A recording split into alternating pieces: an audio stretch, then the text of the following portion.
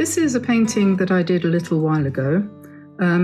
It's just a tryout really, and I showed it to you in the process of producing another video, which we did together. And these two, this is the two that I did, and I still can't make up my mind which one I'm going to show you now. But I'm going to do the background anyway, and we'll see what happens. I think I might do this one because I'm not feeling like any detail or any whimsy. This one here, I think we'll do this as a whimsical one next week. So look out for that next Wednesday when we do Whimsical Wednesday. And today this is going to be Fall Over Friday, I think. So yeah, I'm feeling like, you know, I want to just go and lie down in a darkened room at the moment. So let's move the camera up a little bit. I've got my Kuretake paints here, which is what I'm going to use. And I'm going to start demonstrating the use of these brushes, which is my yet to be produced but soon to be created set. This is a tester of Kuretake brushes. This is, what am I saying?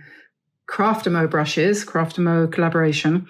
This is a size 14 round nylon with a quite long, you know, hairy bit on the end here, longer than perhaps the average, which is what I chose because these are all done by collaboration according to my request. So they'll be available on the 1st of November.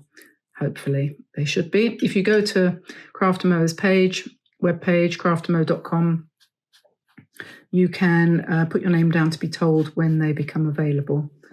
So I'm using this brush and I'm just going to paint using the Kuretake, yes, I do mean Kuretake colors, starting with the lightest yellow at the top here, and then I'm going to just literally paint orange and browns and things like that, and reds as a autumnal scene.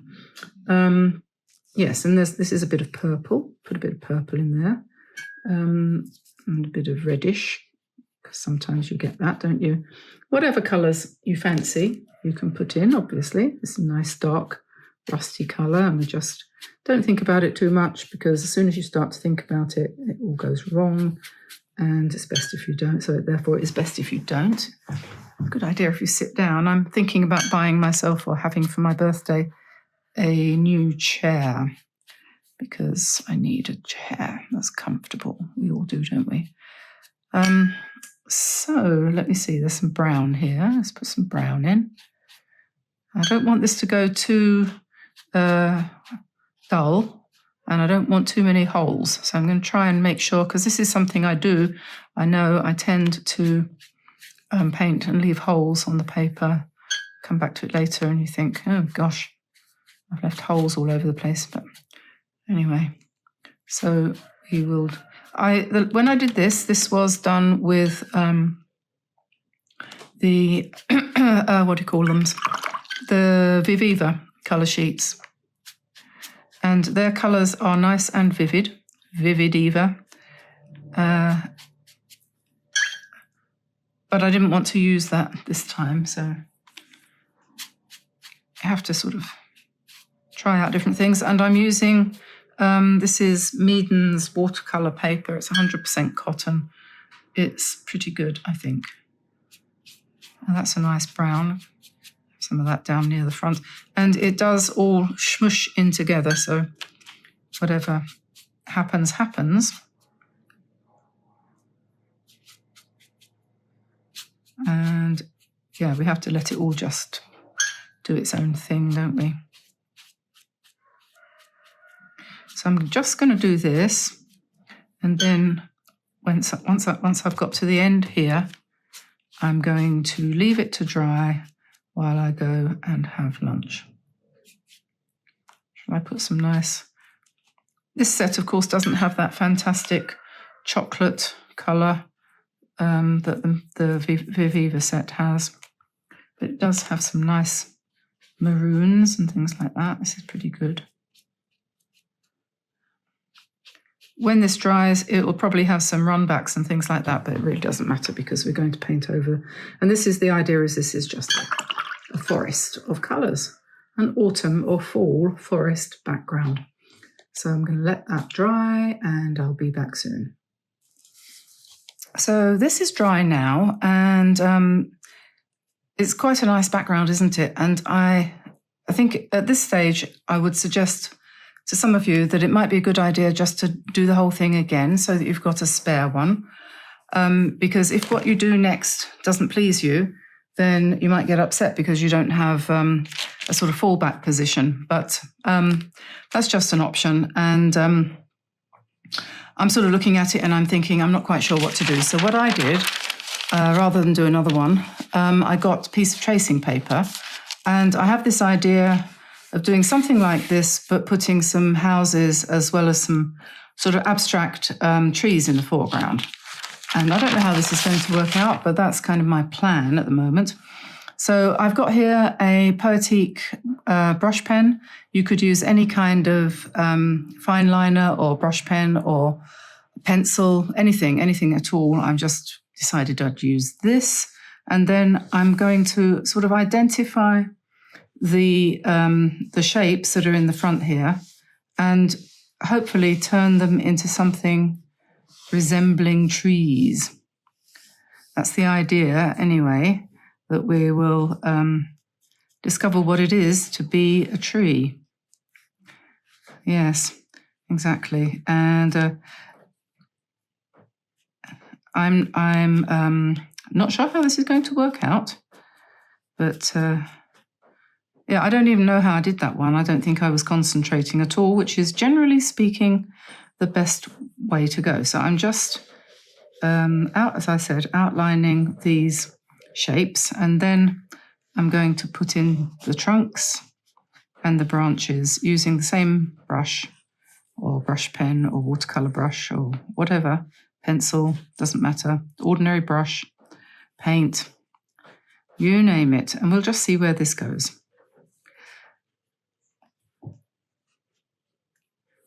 So I think it's probably a good idea to put in some leaf shapes as well, but I'm not quite sure how I'm going to do that.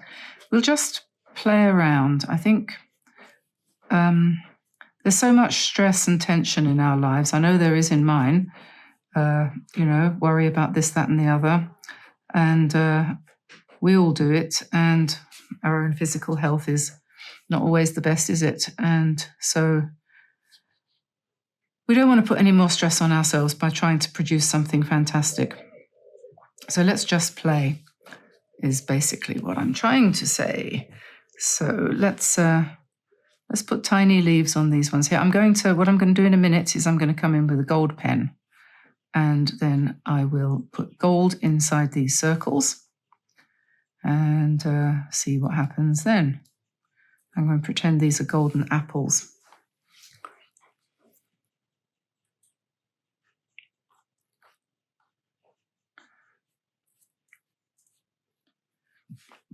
You might be able to hear our cockerel in a minute behind us. He's found his way home after having gone off on an adventure the other day.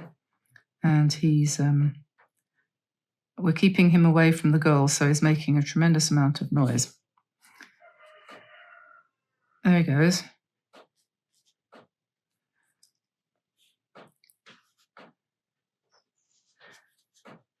He's fine. He's in the back garden.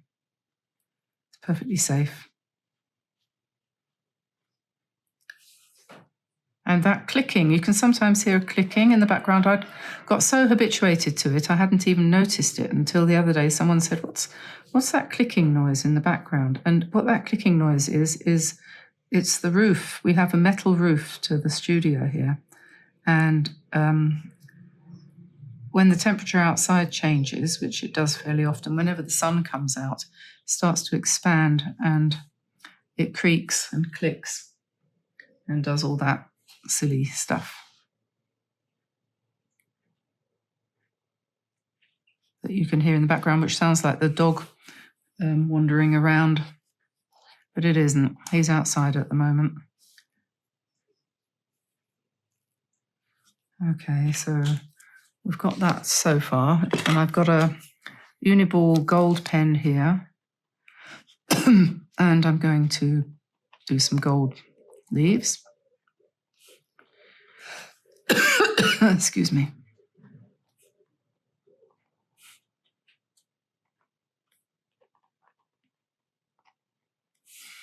They always look quite nice inside the brown, I think, or any colour on the outside. I could be using paint for this, a Kuretake gold paint or one of the others. I've got Etcher, and there's also Coliro. Any one of those, or there's lots of others as well that you can get. We got our first delivery from Temu today. We decided we would buy a electric pepper grinder, and I hadn't bought anything from Temu at all. And so we found what looked like a good one on there, sent off for it. It came in, I think, 3 days, which is pretty good for France. And it was brilliant. 4 little batteries it has in it, and it grinds peppercorns really well, because I needed a new one because the one I had was taking too much energy to get the pepper out of it. And I've always wanted an electric one, and this is rather nice. It's just stainless steel and white, clear perspex. Very good. Don't have any affiliation with Temu. We haven't used it before. This is, I mean, we just started to use it a little bit, because Amazon is not exactly brilliant over here in France. So I'm going to put some leaves in dark green now into this one in the front here, just because that's what I thought of. And then, because that will take the gold quite nicely too, if I want to put gold on top of there. This is the kind of thing you can do sitting in front of the television, watching YouTube. You know, some people have told me, and I think this is great, that they put my videos on and then they do something else completely different while I'm talking in the background, which is quite nice.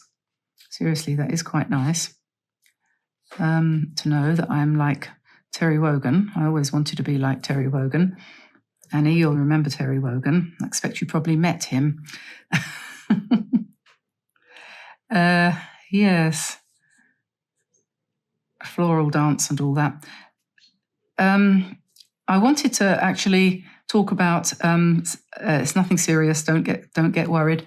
I'm just going to talk about something I enjoyed in 1967, and this is particularly directed at English people my age who would have watched the Forsyte Saga, with Eric Porter and Nairi Dawn Porter as the main characters. I loved Eric Porter. Seriously, I always have idolized him, and found it very difficult to watch that program again when it came on repeats, because he dies in the last episode. So I've only ever watched the last episode once because I couldn't face watching him die twice. Aren't we silly? Anyway, there's a lady who has managed to resuscitate these old serials like Forsyte Saga, The Pallisers, and lots of others, and she's putting them up on YouTube for everyone to watch, which is absolutely marvellous. And she's got some other things there that would be fantastically interesting to anybody who likes old TV and actually, I think, films as well. Just really good stuff. And she's very gifted. She's very artistic. And she puts together also these montages of photos and video clips and things that are just really fascinating to watch. And there's an absolutely beautiful one of Soames and Irene, which you must watch, set to music and everything. So I'll put a link to her channel in the description below. So you'll be able to find her if you're interested. I'm going to do some slightly bigger leaves in here. Yeah, I can't remember the name of the channel. It's got initials and a number or something. I can't remember. Anyway, I'll put it in the description below. And if you're interested, I think you'll enjoy it. For those of you who never saw the Forsyte Saga, I'm sorry. It's like I, Claudius, that's the other one that I really liked, around about the same time in the 60s, late 60s, early 70s. Yeah. Okay. This is going to have some gold in it too, because it looks too harsh if it's just the green. So we put gold on top.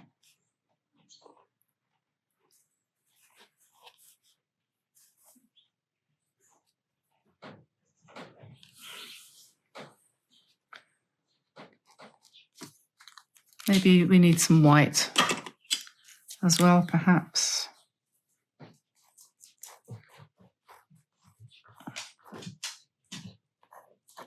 That one doesn't work very well, does it? Let's try this one. Artistro, I think that's better, yes. I keep going back to the Signo and thinking, oh, you were the first one I tried, but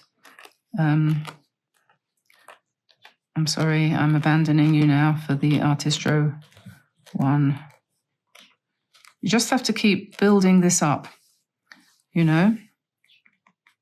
Just keep building and just try and think of different things to do. And eventually it comes right, or not. But you can't think, this is what makes this, you know, I say, oh, relax. But I don't know whether you're the same as me, but I do sometimes find it quite hard to actually take my own advice. And it comes the...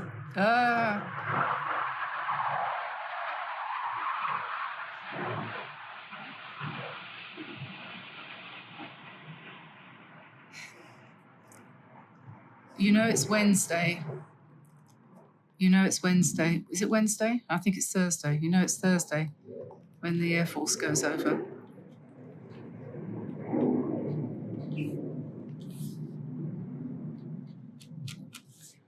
What was I saying? I can't remember. You just keep building it up. Yeah, you cannot know what you're going to need to do to make it look pretty until you start.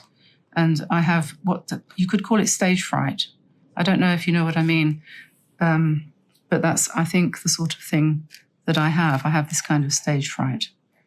But then once I get started, it goes away. So I expect you're the same.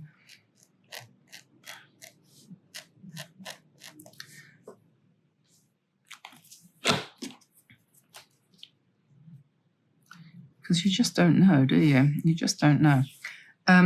Okay, so there's some trees down the front. I think just to balance that, we need a little bit more white here.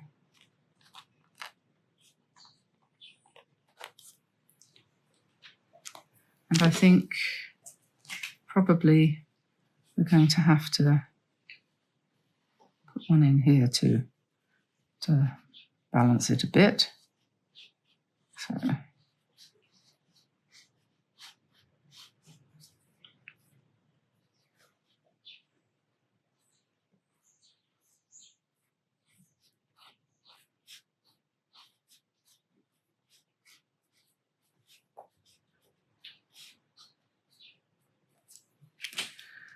And in this one, I think I'll just do go away.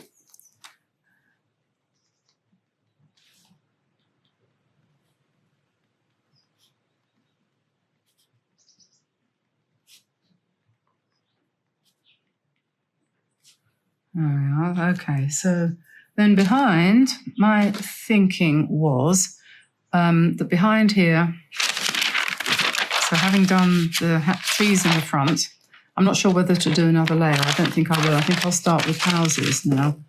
And so using the same colour, we're going to build some houses. So we just do something like this. We just put windows in.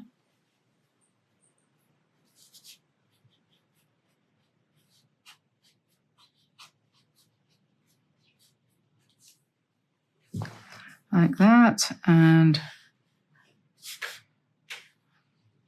sort of make it kind of three-dimensional. I suppose you could say it was, what's the word?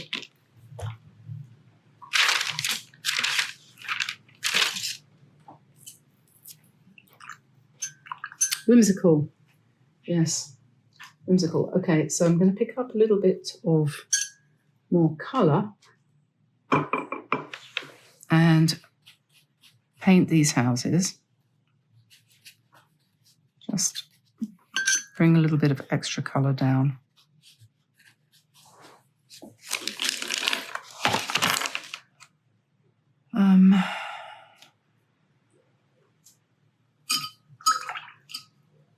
Brown, I think we want dark brown, perhaps.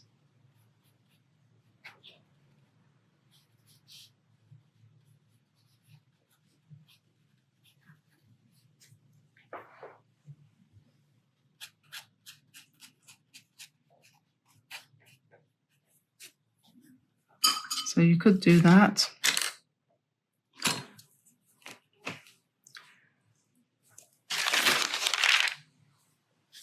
You can just draw if you want.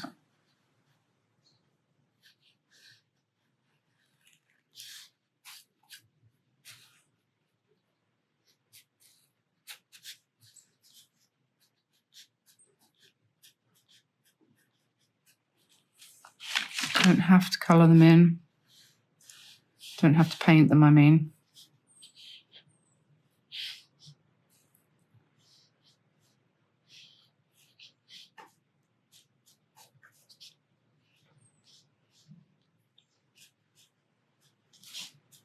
Put some chimneys in, then you know it's a house, don't you, if it's got a chimney. That does make a difference. Just anything. Any kind of combination of windows will do.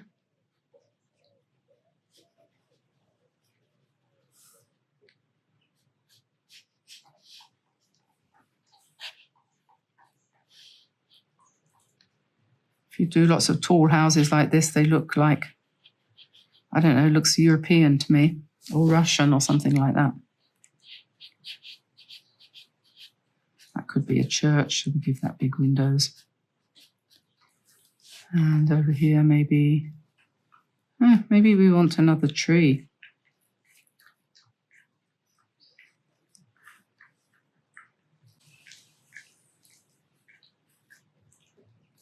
Something like that.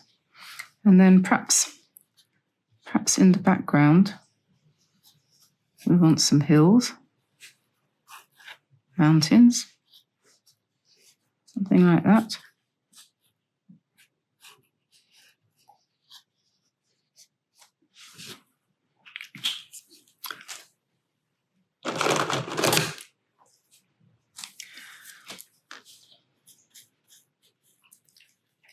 I think these watercolor brush pens are probably better for painting, for doing this kind of painting. So the background is watercolor, and then these brush pens. They have much more precision about them. Bitter chocolate. That's going to be nice and dark, isn't it? So we go around the outside edge of the windows to give it a bit more shadow. This one too. Give it three-dimensional. We don't want anything to be too precise, just keep it loose.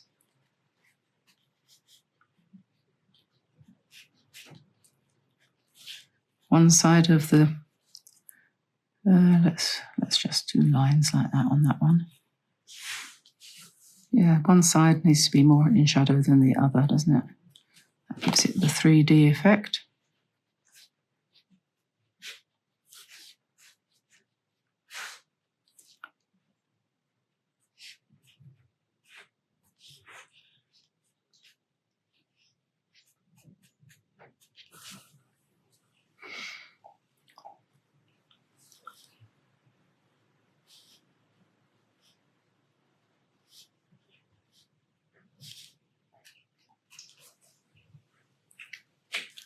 Let's have some, what about some nice little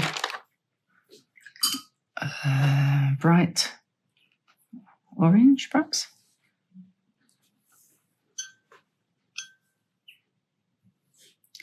Leaves over here.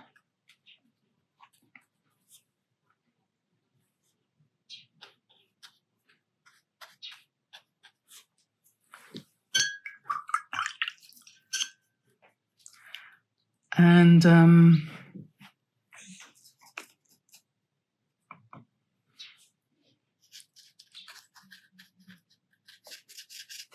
let's do some more trees in the background.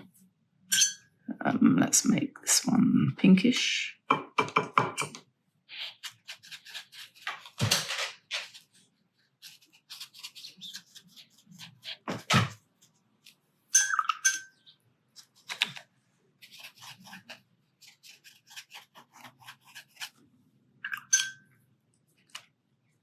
And yellowish over here.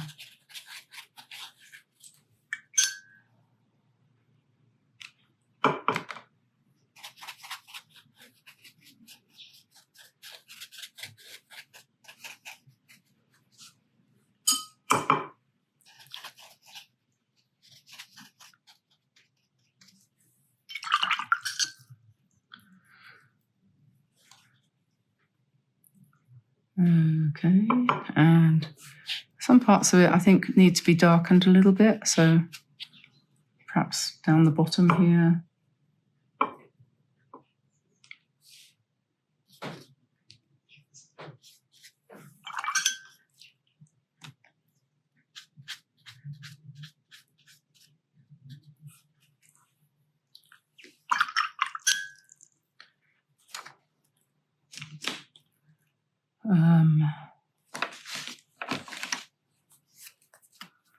White.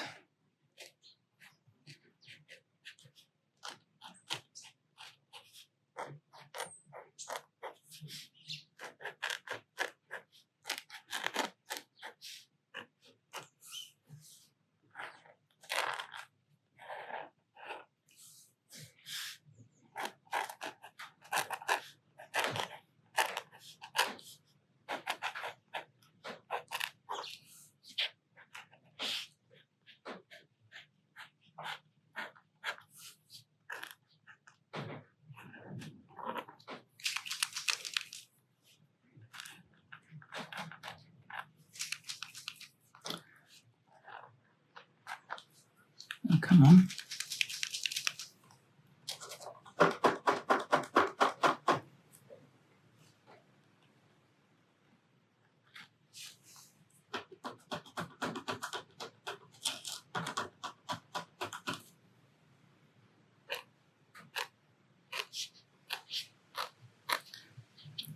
There's no problem where it's dry, but where it's a little bit wet, sometimes you get a little bit of a problem with the white paint. In these pens. Yeah, it's wet there, so that's not terribly clever.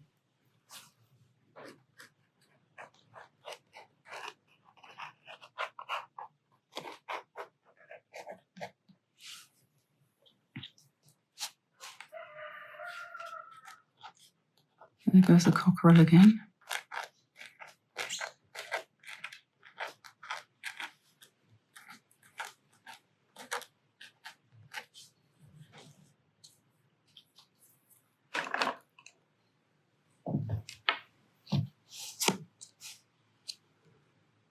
Okay, well, I'm going to let that dry. Okay, so I don't like what I've done at all. So I'm going to paint over it, draw over it with a pen, and then we'll see. So I really am not happy at all with this. So there's a very good possibility this will never be shown. But we'll see. Because I don't believe in giving in. Apparently, I don't believe in giving in. I'm not sure whether this pen is going to work. You know, this is the one where you press hard and you get a wider line, and you press less hard and you get a thinner line. Well, this one seems to be getting a little bit worn out, so I'm going to try another one.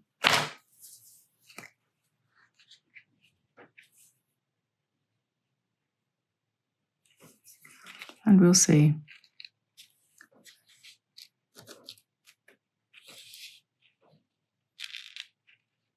It might have been better if I had gone to the dip pen.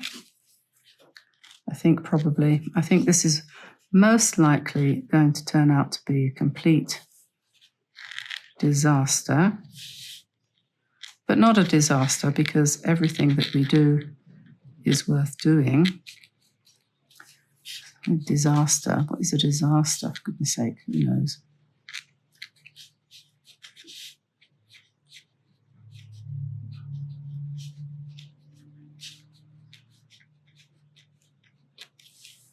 I'm trying to come down much, much, much heavier, because I don't think I like these light lines after all. So I don't know.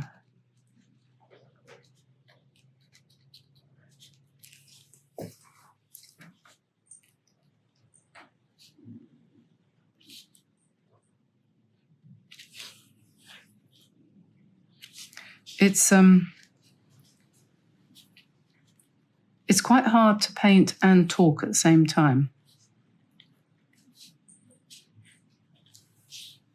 I think probably, maybe I'm getting too old.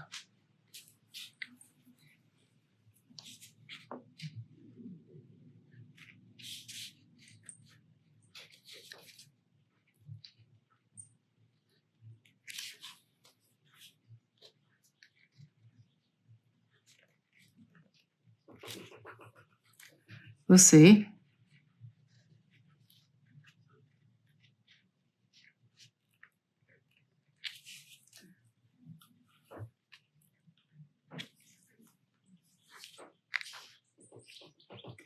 Paper's slightly damp, so it's not necessarily responding the way it should.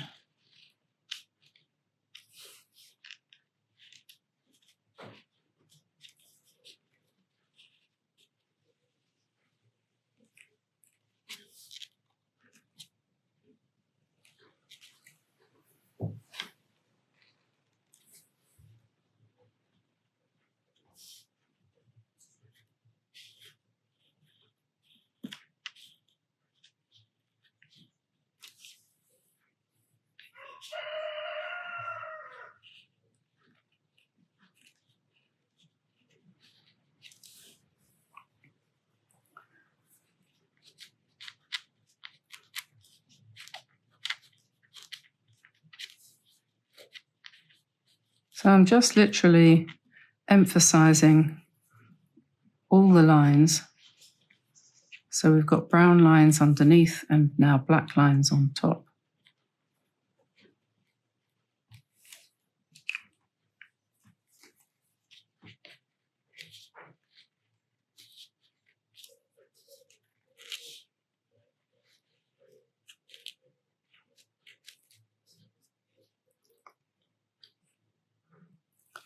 I think on the original, the one that I did originally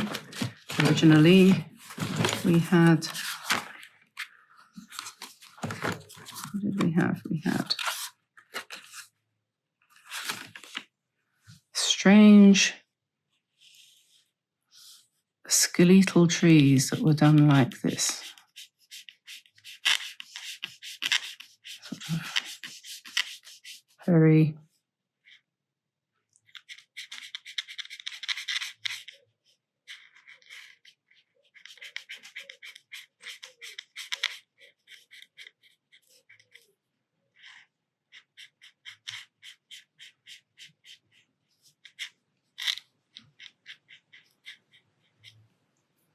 sort of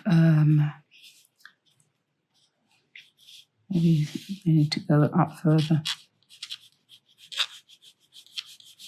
What would you call this? Graphic?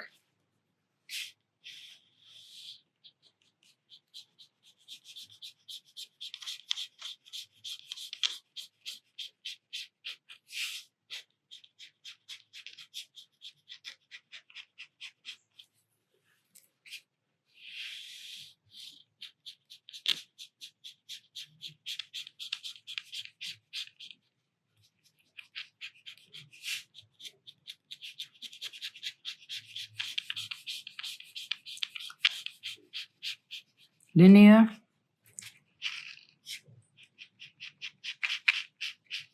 elemental,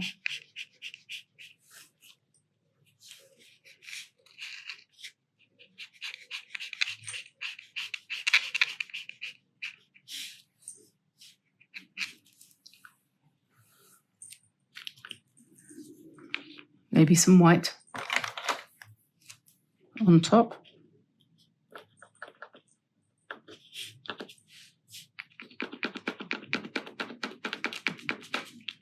Can you make it work?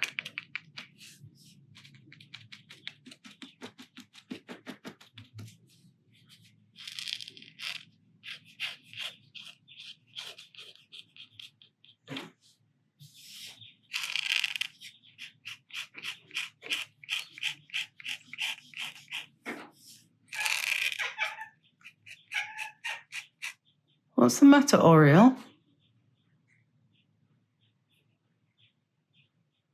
He's acting as if he just saw a bird. I don't think he did.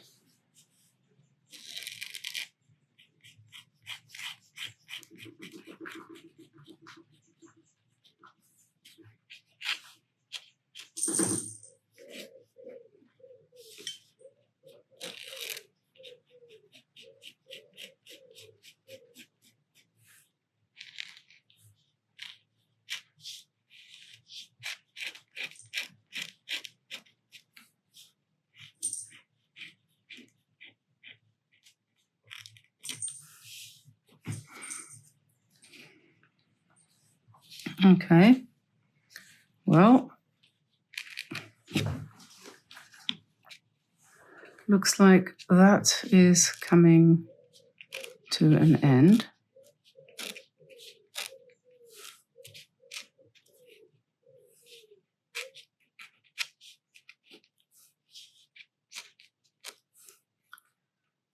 I don't know, maybe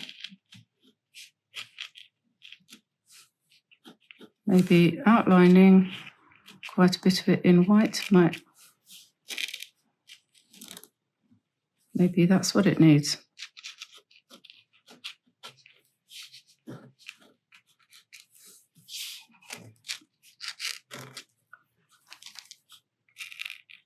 So some white and some black. That's interesting.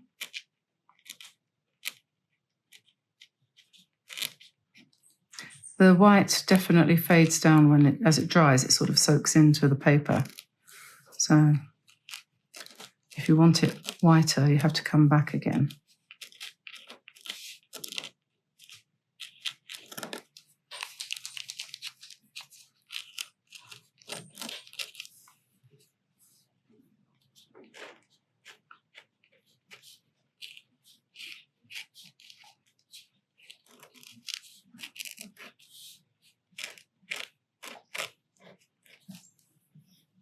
Well,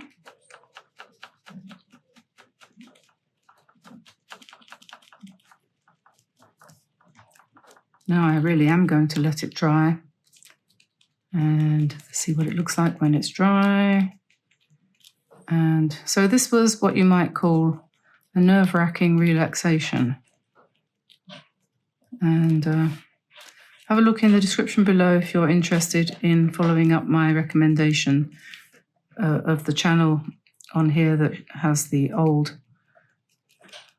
She's aiming to put up 1,000 videos, this lady, and it's very interesting. I don't think she's got ads on her channel at all, so that's nice.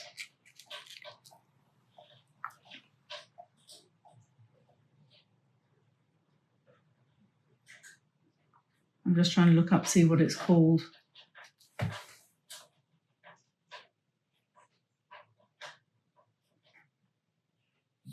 AMT 2.0, that's what it's called, AMT 2.0. Right, okay, there we are. Trees, houses, more trees, interesting thing. I don't know whether I like it or not. What do you think? I think if you come in quite close, it's not so bad. So we'll see. See what you think. Let me know. It's not what you call high art, is it? Today we're going to paint a little friendly landscape using an unusual range of colours in my palette, and it's going to be whimsical, I'm afraid. If you don't like whimsy, move on pass down the compartment. No, seriously. What was I saying? Yes, it's going to be whimsical, and I hope you like it. So I'm going to be painting on this piece of paper here. This is a sample that came from Hahnemühle in Germany. This is bamboo paper. It's made from bamboo. On the back it tells you 90% bamboo fibre and 10% cotton rag. And I can't speak to the ecological soundness of this, but I do know that if there's a country in the world that is well ahead of the game in terms of trying to save the planet, it has to be Germany. I have worked on this before, and I know it's nice paper. They have a whole range of different papers, some of which are slightly strange. This one is called, now I actually don't know how to pronounce that properly. It makes me think it's a Spanish word like agave, but agave, I think a lot of people say in England. But anyway, that is made of agave pulp mixed with sisal and cotton. Haven't used that yet, but I will and try that out. And then they have a lovely range of different papers in their watercolor range, which is their standard. And this is a nice rough paper, which we don't usually use, but I'll try that out soon. And here's a cold pressed matte. That's nice. Hot pressed. I wish you could feel this. And then papier aquarelle le rouge, which is interesting. And then the Britannia, which is the one from Hahnemühle that you tend to see the most. They do sketchbooks called Britannia. Hasn't got anything to do with Britain, as far as I know. But anyway, so they sent me all of that to try out. So I thought we would begin with the bamboo, just because I've used that one before. And my colour palette today is going to be quinacridone gold. This one is a Daniel Smith quinacridone gold, which I've popped in here. And burnt sienna, which is a brown colour, which is this one. This is a Schminke. And Naples yellow, which is this one here. This is also Schminke. And Potter's pink, which is, as it happens, another Schminke. And then turquoise blue deep from Old Holland. And I mentioned the other day I use quite a lot of Old Holland paints. You can get them from Blix if you wish. So those are the colours I'm going to be using, and I'm going to be also using probably a white pen. This one here from Uniball Signo, white gel pen, and probably these Pigma Micron pens, or you could use the Tombow Fudenosuke pen, or something like that. So we'll just pop those away out of the way for a minute, and we'll get started. This is going to be a simple little painting. You probably will want a smallish kind of brush. This is a number 3 round and a number 7 round. These ones are from Drawwell, which is most definitely my favourite source of brushes in Japan. A few people have ordered them direct from Japan following my lead, and I've been very happy with them. So if you want information about that, check out the description below. Now, all we're going to do here, I'm going to paint on this side, obviously, because you can't paint on that side. Excuse me for the dry throat. It is still very dry and hot here, unbelievably. What's going on? So I'm just drawing a square very roughly. I'm holding the pencil near the end like that, and it's a square, but it's got wonky sides, and that's what I wanted. So then I'm going to sort of roughly eyeball a position about a third of the way down and draw a line for my a horizon, and that's all I'm going to do, a token gesture towards perspective. So that's a horizon. So this is a whimsical, semi-abstract, you could say. And now I'm drawing houses, just like children do. And it's very satisfying because you really can't go wrong. So think of yourself as a first grade kiddie wink, just having fun and not worrying at all about what comes out of it. The second house is going to be taller, with a chimney, and it's going to be very high like that. Put some windows in.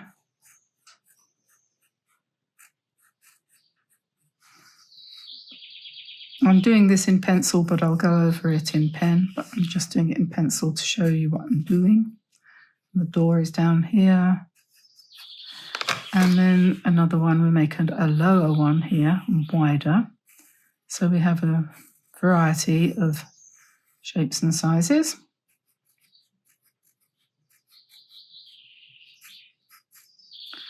Okay, and then next to them, we're going to have a tree. So just a tree trunk like that, and then an oval, just a sort of shape like I don't know what that's like, just anything. And then perhaps on the end we might have one that's round. And it's not the shape of it that really matters, there's no details needed. And now we've got this lovely clear space in the bottom there that we're going to paint into. So we'll take our slightly larger brush, and I know everybody is always wanting to paint loose and to develop their skills with wet in wet. So this is a way to practice your wet in wet. Just wet the paper with a little bit of water over the whole thing. Don't leave any gaps if you can avoid it, and go right up to the pencil line if you want. And then the way I did this was I just picked up a little bit of reasonably intense Naples yellow. You're going to get some practice using these colours. This is an opaque colour, the Naples yellow. And then next to it, I'm going to just drop in and allow it to blend a bit of any of the others, right? It doesn't matter which colour you put next, just anything. And then here, this is the quinacridone gold, which spreads amazingly well. You'll notice, as you do this, you'll notice that the different paints behave differently. They do. And when we put the turquoise in to the yellow, we're going to get a nice little touch of green. And you can observe what happens when the turquoise goes into the pink. And you can see how the pink is granulating there. You see all this granulation? Where the pigment particles have sunk into the paper. And then, so we put a bit more water on the paper because it's drying out a bit. And turquoise in the quinacridone gold gives a very nice green. You can make this as bright or as pale as you want, obviously. It's your painting. I'll put some pink in down the front here, just because, why not? No reason. Okay, and then we just let that kind of do its own thing. I think I might just put a little, what shall I put in the middle there? A bit more pink, I think. And this is going to be background for some flowers and leaves and bits and pieces, birds, stuff like that. Okie dokie. So we'll let that dry, and while that's drying, we'll just pick up our smaller brush And then we're going to paint the houses. And I'm going to keep the colours a bit cleaner on the houses. So I'm just picking up some turquoise blue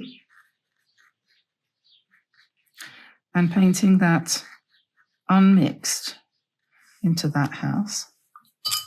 And that gives you a contrast, because here you've got all of these mixtures going on in the wet in wet, and now we're painting wet on dry, or as you know, you can call it wet on dry if you want, but basically you're just painting on paper. It's nothing special.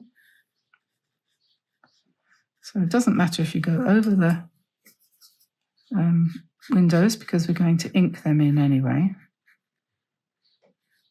So that won't show. So that's a nice pink one. And then you could mix a green if you wanted to. You could put turquoise with quinacridone and have a nice greenhouse there. Not a greenhouse, I don't mean a greenhouse, I mean a greenhouse. Or you can just pick up some burnt sienna, which is one of my favourite colours actually. Burnt sienna makes such nice blends with things. And then we need to do the trees, so I'm just loosely going to mix some quinacridone gold in with the turquoise to give us a nice loose green, and literally just indicate the shape. There's absolutely no need to fuss about that, and we'll pop in a sort of brown trunk that we've mixed up by mixing. Mix up a brown by mixing almost anything with almost anything else, to be honest. So that's that. And then we'll probably use that colour or something similar for the roofs.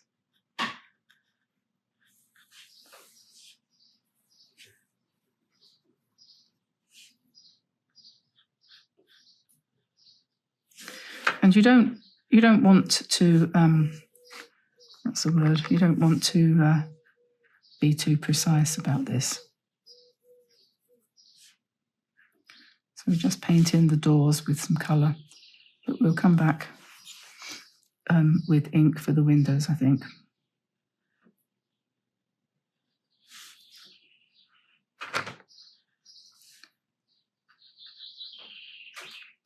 Just pop the chimneys in. There we are. See how that's much paler now? It's faded down quite a lot, giving us a lovely background for what we're going to put on top. And now I'm going to take my number 0.1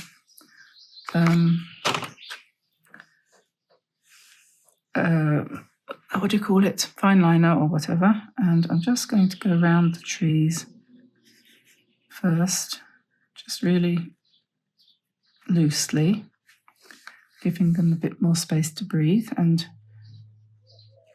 the technique I tend to use for this is to hold the pen as upright as I can manage without losing all control, and then allowing a certain amount of movement, that is to say,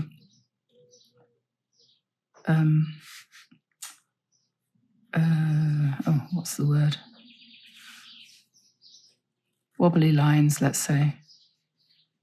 But, you know, you can still tell what it is, can't you? There's some shutters here. Big window in the middle. The one down there, make the door.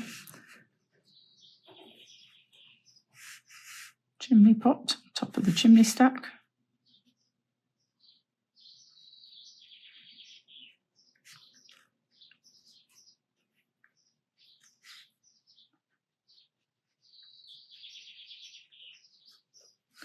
There we are.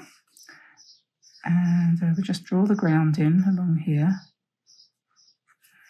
And we can put some branches into the trees, again in a stylized, or you might say graphic way.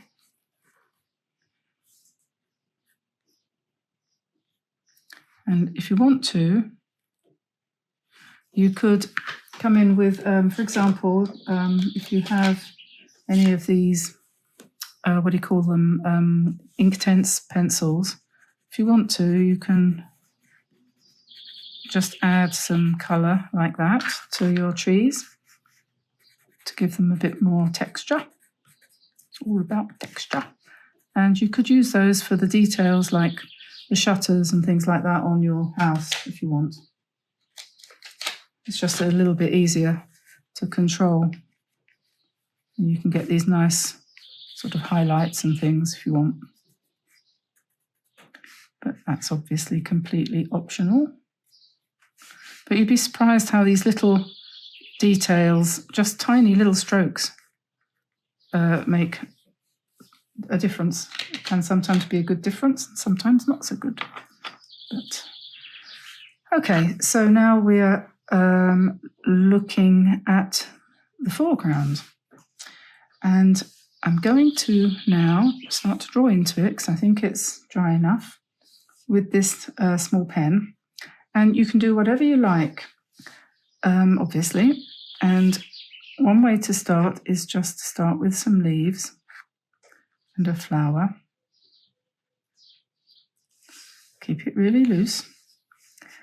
And in the last one I did, which was this one, I put a fence there and had a little bird standing on it.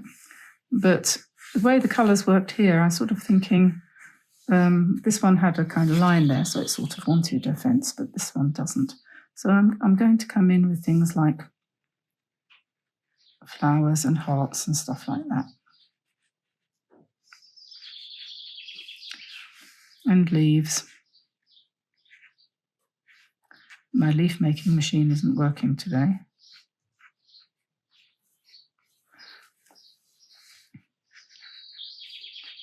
Something like an oak leaf.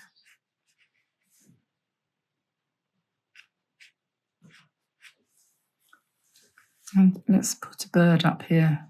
Just draw an irregular circle and pop in a beak. Give him a tail of sorts. This one starts to look a bit like a chicken. So we give him a,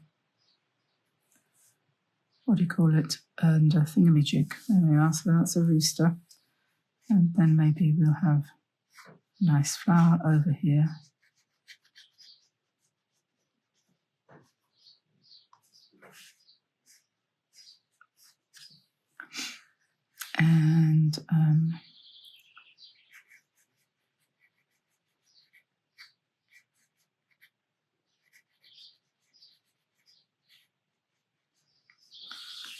And then perhaps we'll just draw some circles and some spirals here to look like rocks or something like that.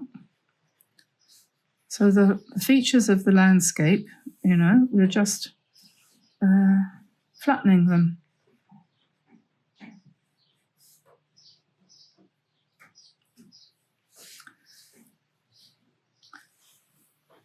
So there's one bird, and we'll put another bird over here, just a rough circle.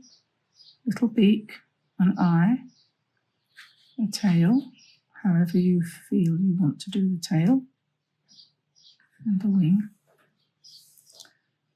If you could be standing on something if you want. Put them on the ground. And some things around him.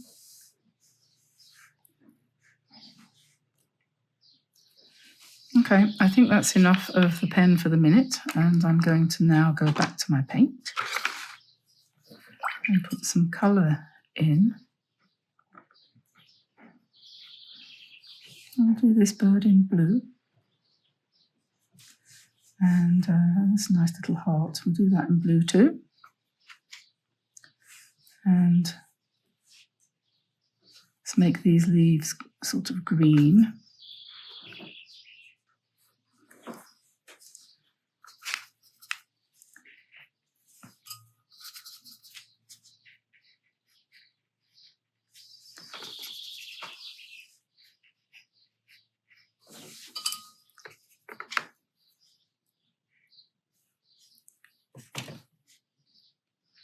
And blue leaves here, and another blue heart.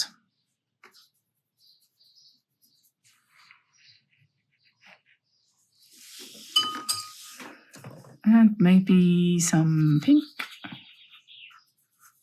It's not really pink, is it? It's more of a brown.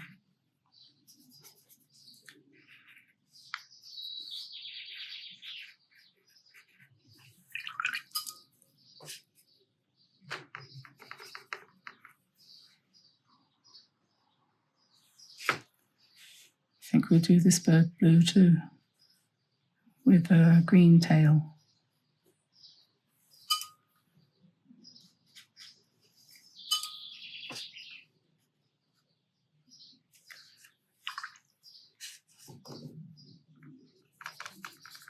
And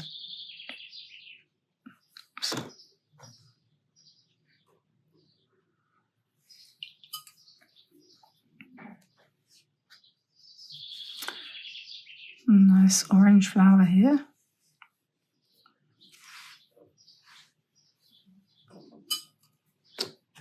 Maybe I'll do these ones the same. Go well beyond the lines.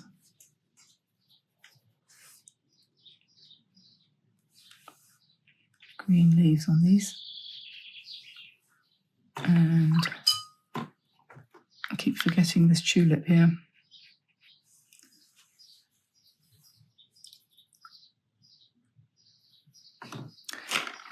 Okie dokie. So then we've got our white pen, and we can do some more spirals.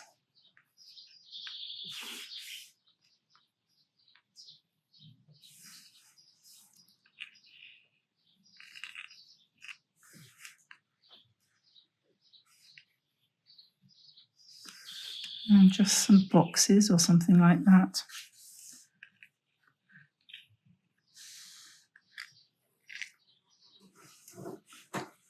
Just make it up as you go along.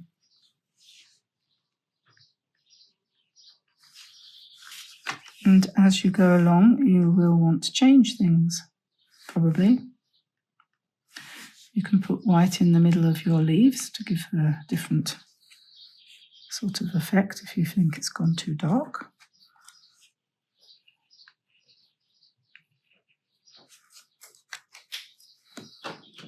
And then I'm going to go back to my pen. I think we need another bird here, don't we? It's best not to think too long about these things.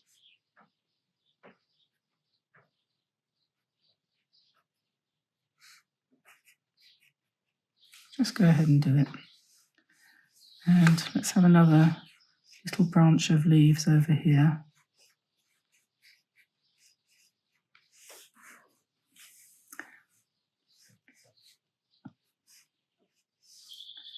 And I want a sort of spiky flower like like buddleia.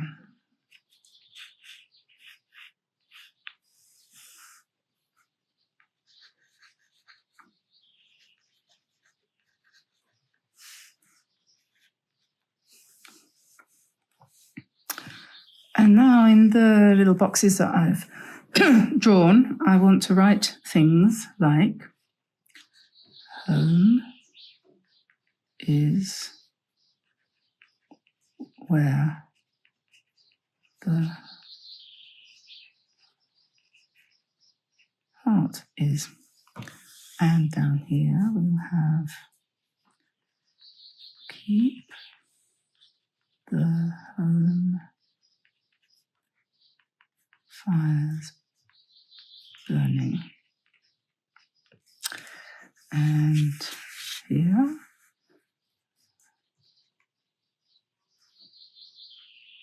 home on the range. I just tried to think of all the sayings I could think of that had home in them.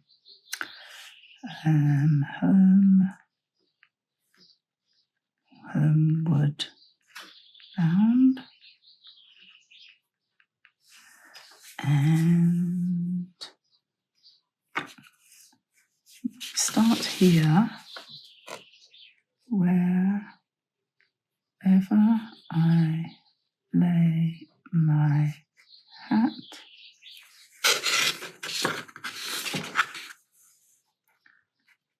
That's my home. And then no place like home. And there we are. I just want to colour in these leaves.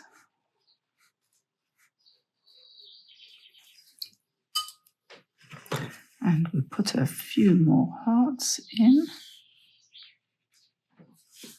And something like this would make a nice card for someone who was setting up home, wouldn't it?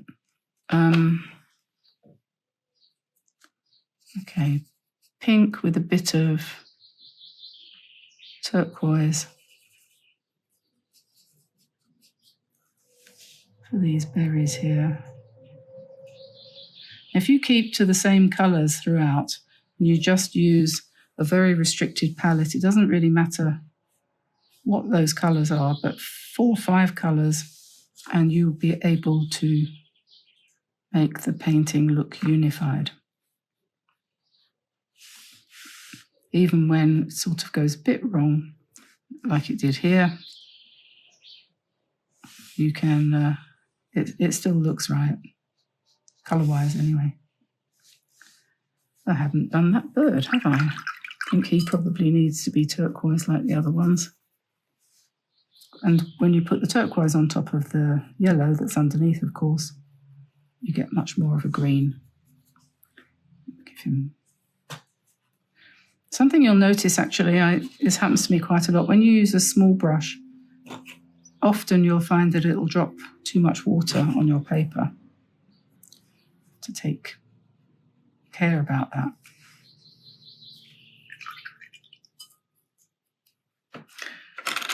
And so I've got homeward bound, no place like home. Home is where the heart is. That heart needs to be pink.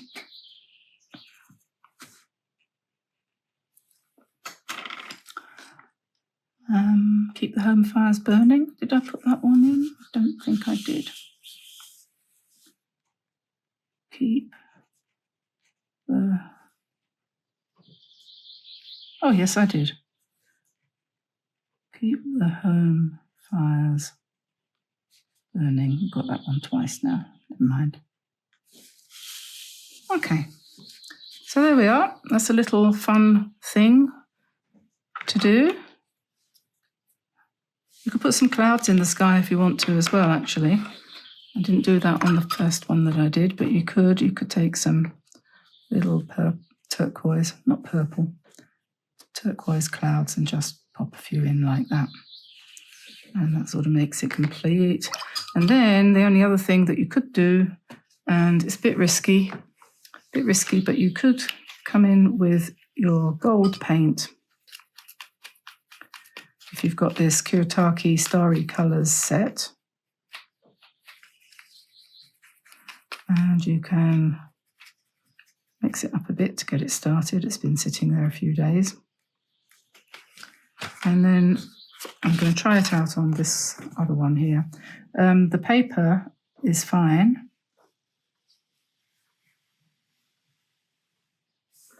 Yes, that looks okay, so we will go ahead and do it on here, I think.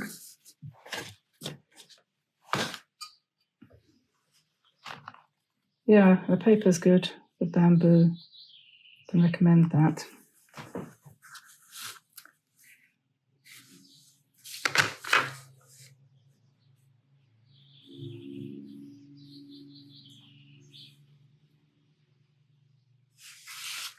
Doesn't have to be dead straight, does it?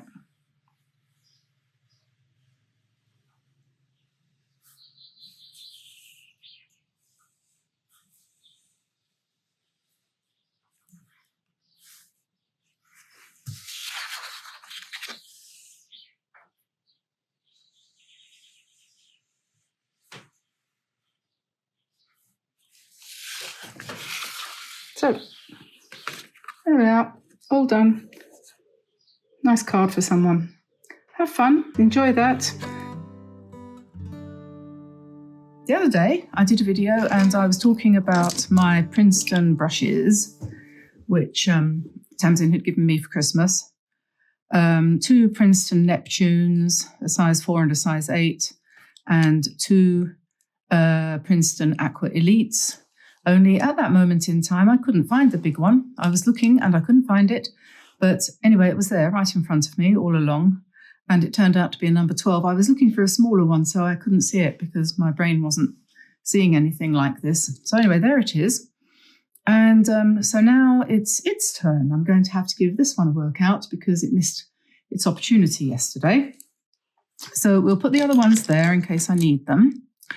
And today also I'm going to be using, as I often do, my Kuretake set. But I'm going to, what's the word? Not exactly cull, because I'm not going to put anyone to sleep. But I have, what's the word? I have selected some from here. There's 48 in this set. And just to show that you don't always have to have 48 of anything to be able to do something, I've taken this 1, 2, 3, 4, 6, 24, half of it, and I'm going to paint only using those colours. Why, you might ask yourself? Well, because sometimes it's, sometimes less is more. And so first of all, thing I have to do is to I'm just going to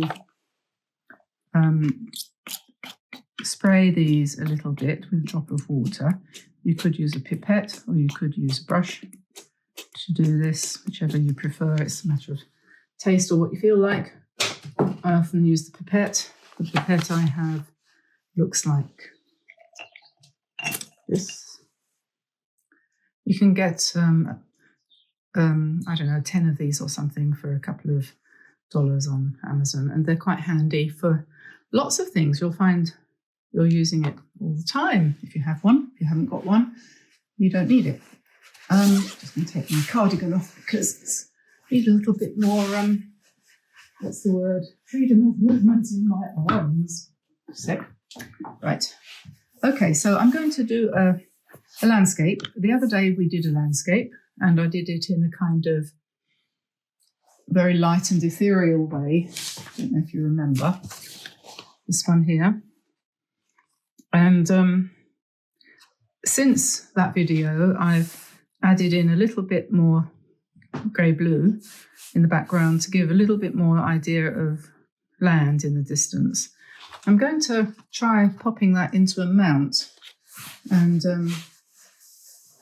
seeing what it looks like. I was quite pleased with the sky. Zen, could you keep still, please? You're shaking the camera. Yeah, I was quite pleased with the sky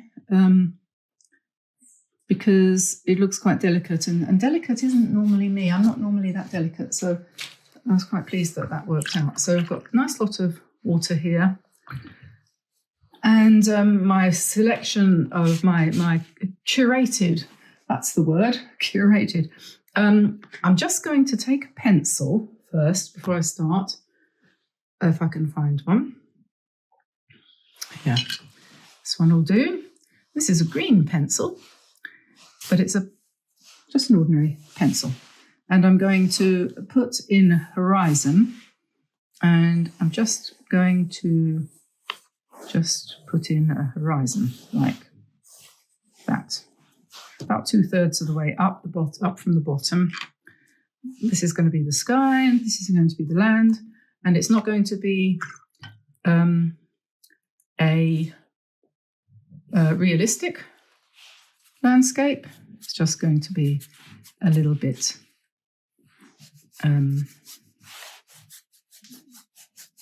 artistic. So I'm just wetting the surface of the paper there, just roughly. And I've got, just move that over a bit so you can see all the colours. I need a palette. Let me just grab that. If I put that there, that will help stop these moving around, won't it? And I can use that as a palette. So I've got blue here. That's a dark blue.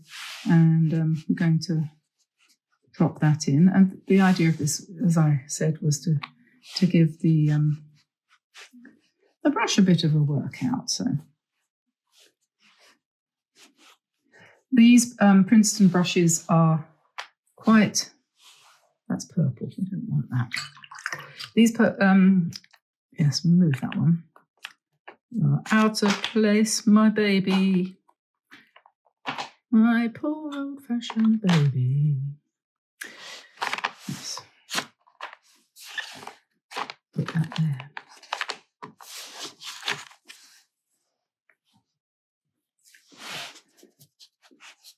The hairs are quite soft on these brushes. They're softer than the, it's another purple. Oh well. We'll stick with these three blues. This is like indigo. I think it's called blue-grey.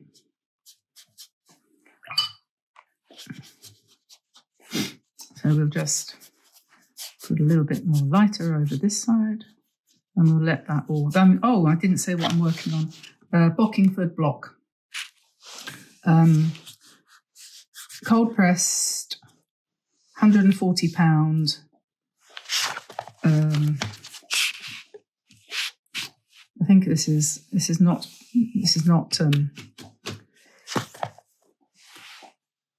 not cotton. This is cellulose. Keep hearing people saying, and some of you have commented that you much prefer cotton paper to cellulose. I think that's possibly fair enough, but I don't prefer the price, and I find it a little bit inhibiting when I know that a piece of paper has cost me €2 just for a silly little piece of paper.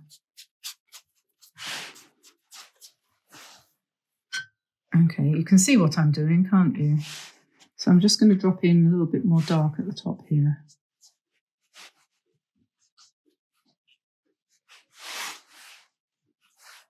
And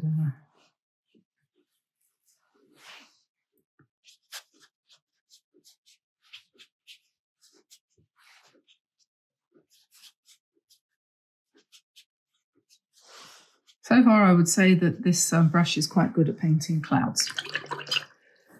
Okay, so now we are going to the land, and this is where it gets interesting, because I am literally going to paint in stripes of the colours which are here on my curated set of paints.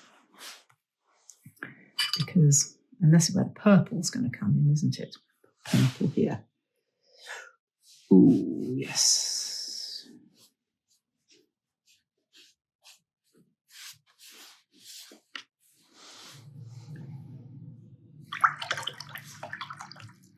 And then I think what should we do next? Let's put some green. And if it runs, that's good. We're going to get some interesting effects there. And then we might put some blue and watch those colours move. And maybe a bit more green. And see the trees growing in the distance.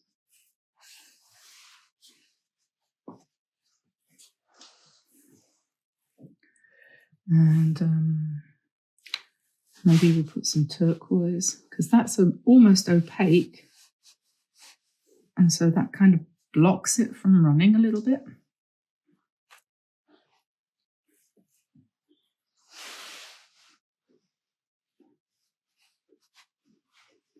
Get out your shaky hand and drop in some shaky lines.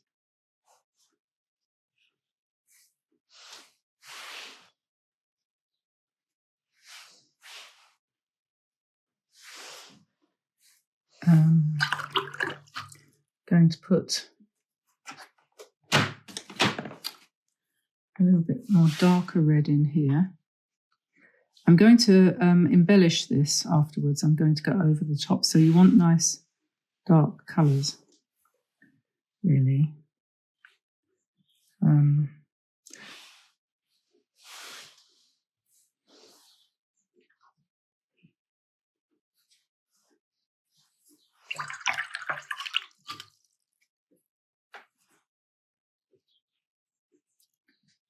These paints are so forgiving. They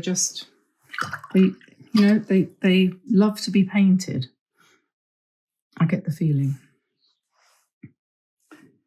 And so I'm going to, what am I going to do now? Maybe we'll have some blue again in the foreground, maybe.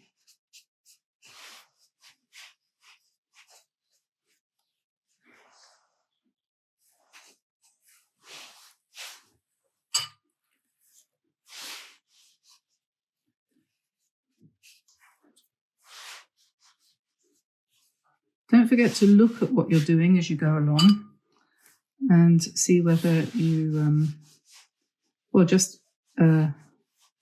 adjust what you're doing according to what happens on the paper. You see, this gives nice bleeds, this paper. It gives nice effects.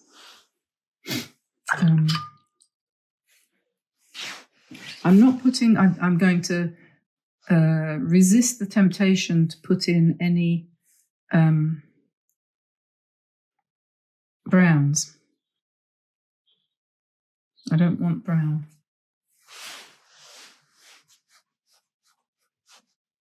No browns. Brown is out.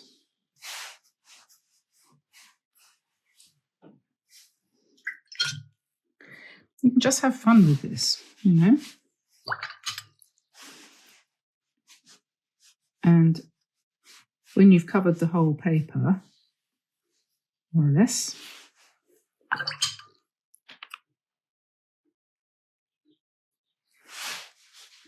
that's a bit close to brown, isn't it? Don't want that. Don't know how that happened. Get rid of that. What I wanted was pink. It's better. Let that blur down. So then when you've got that far, you can, if you want, drop in a few drops of water. If you can make your paintbrush do that.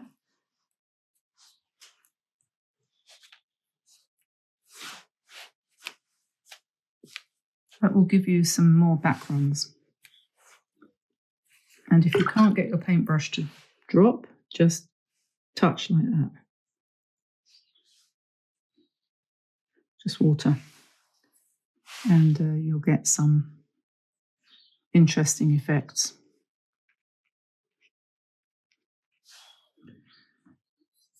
Okay. Right then, so that is going to have to dry. We could, before we move on, we could come back in with some more shaky lines.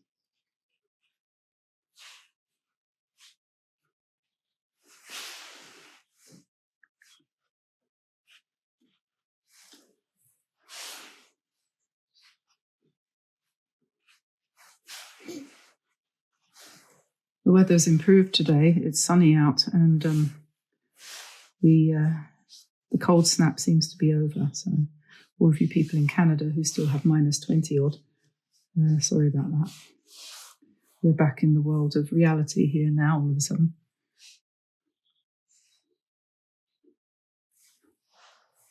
Yes, we were temporarily in the land of Narnia, where they had the endless winter. Okay, so we're just putting in some lines to give the sort of vague effect of overlapping fields and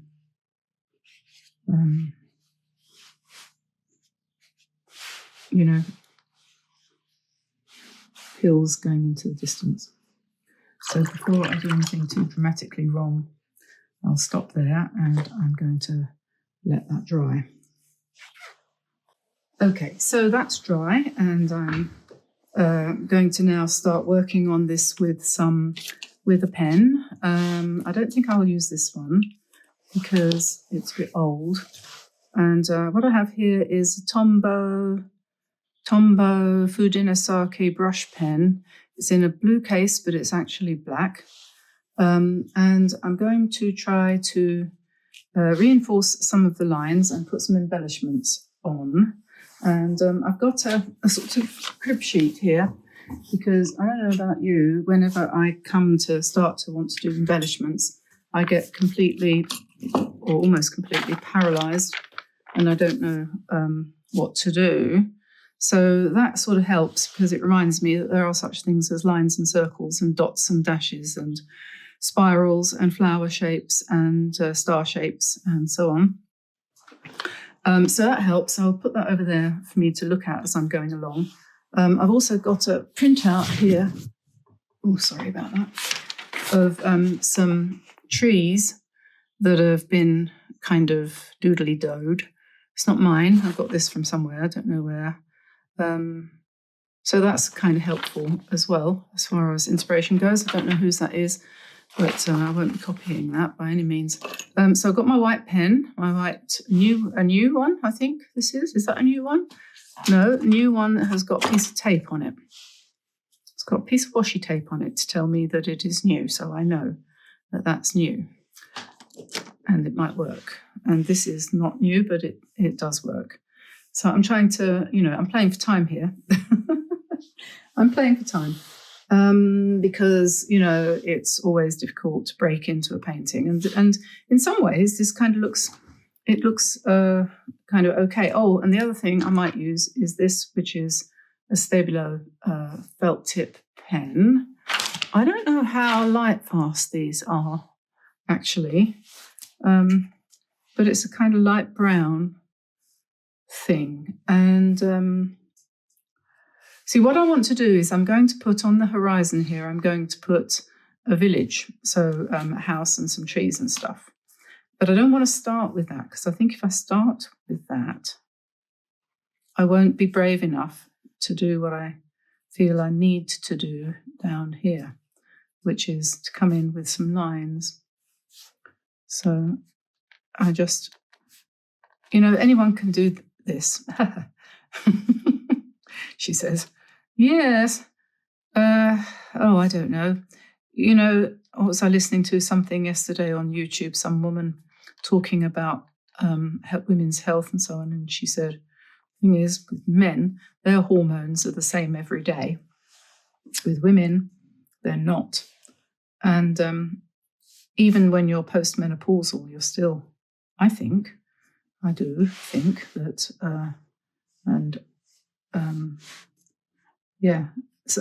so there are days when you can't do anything right. That's what my husband says anyway. Days when you can't do anything right. Well, he doesn't actually say that. He just yells at me.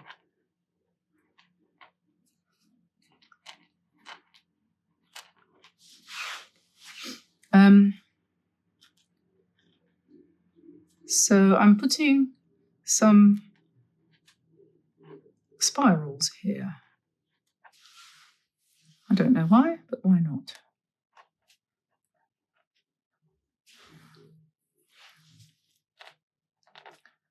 Oh, I wanted to say that on Facebook, starting on the 1st of February, which is tomorrow, we have got another challenge starting, and this one is called 28 Days of Art in Nature.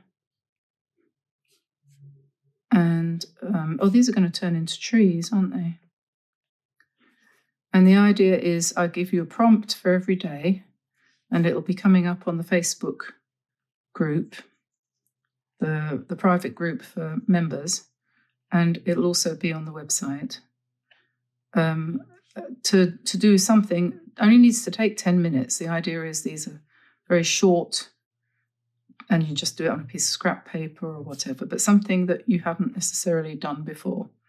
So the first one is an easy one to ease you in, and that's paint your favorite house plant. And I'm going to be doing it too, and I'll post mine on the website for you to see. I have absolutely no idea what I'm doing here, but we'll go with that. And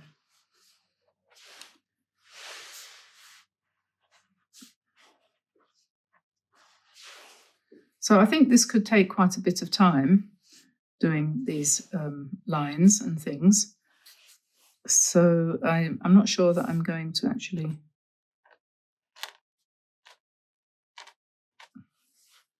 So this could be like a stone wall.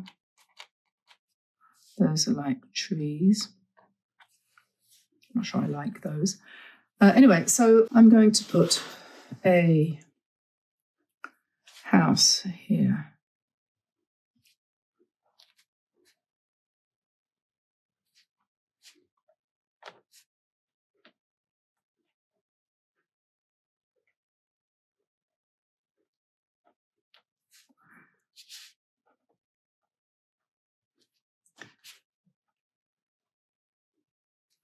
And it's going to have a tree next to it.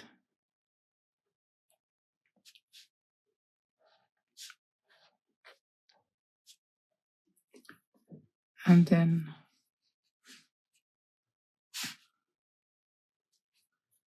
some more trees over here. Lollipop trees.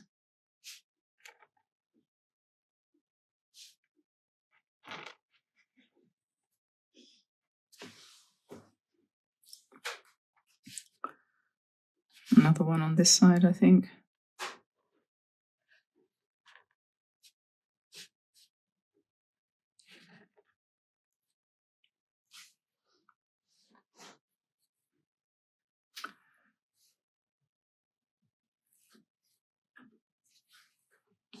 Yeah, well, I'm going to do my famous I don't like it, so I'm going to take it out. The good thing about this pen, this white pen, is that it doesn't stay, so you can just do that. Don't like what I did. Get rid of it. The ink's still there, but we can cover that up because we're using Kuretake paints. Can't do that with ordinary watercolor, but there we are, that's gone. Not happy with that. I'm changing my mind as I go along, which I do all the time. And you're here to see it. That's going to go too, because I don't want that. But I'm quite happy with the houses. I'll get myself a smaller brush. I'm going to continue to try to work with these, and I'm going to do some pale green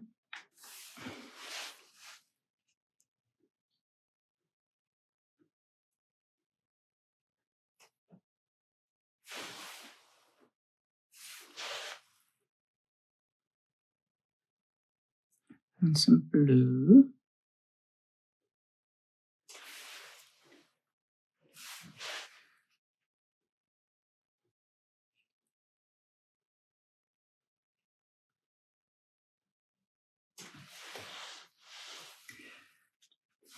And this is turned out to be a nice grey mauve colour. I know what I need in the foreground is to turn this into a proper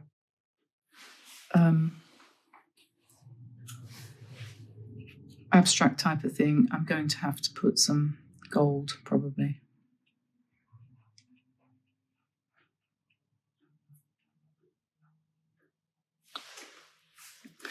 Yeah, so do join the challenge on YouTube. Or you don't have to put your paintings up, just do it. something different every day. So what's day number 2? I can't remember what I got for day number 2. You'll have to have a look and see. But I think it's going to be quite interesting. What colour shall I do the house? A sort of neutral.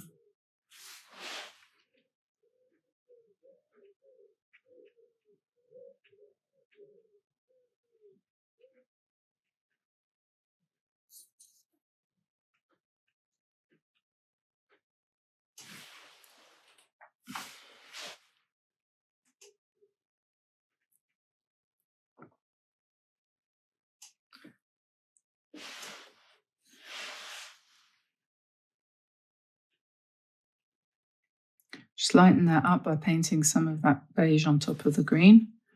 Can lighten up the blue too.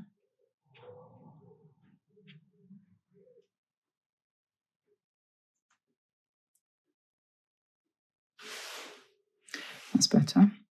And maybe we'll lighten this up as well.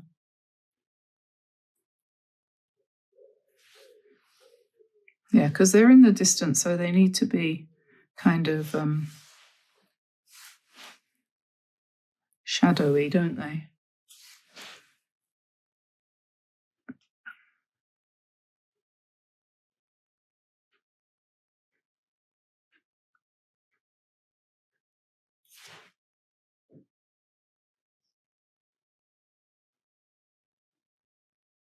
I'm going to go around that with pen later.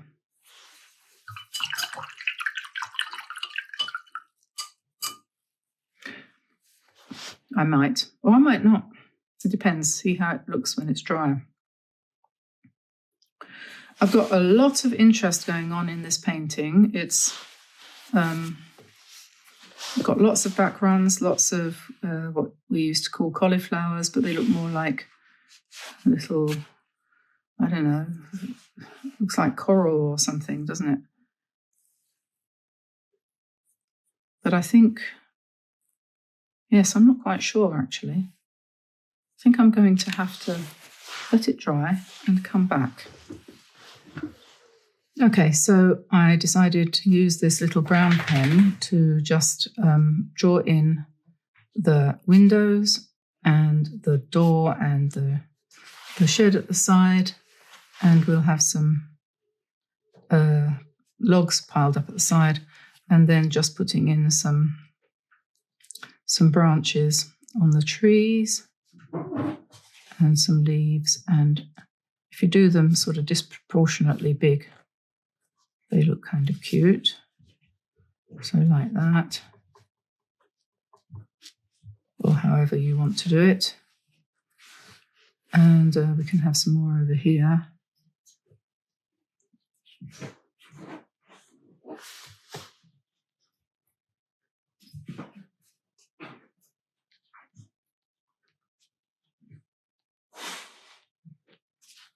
And we could just put some leaves like that.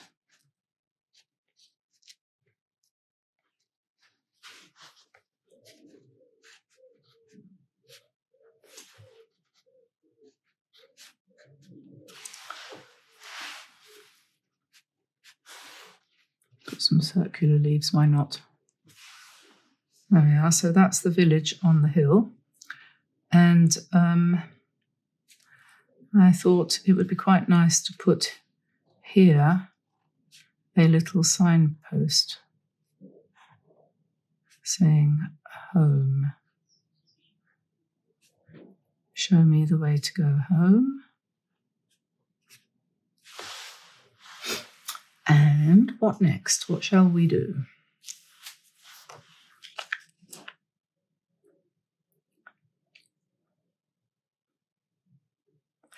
I think maybe, I don't know. I don't know whether it needs anything else really.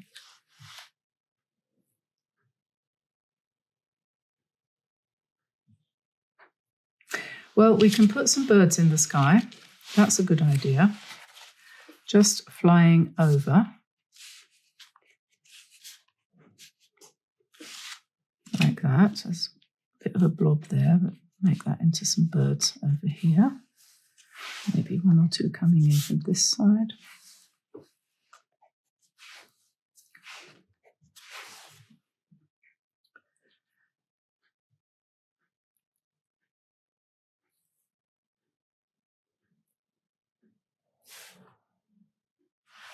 Maybe, I don't know, do we need any more trees? I don't think so.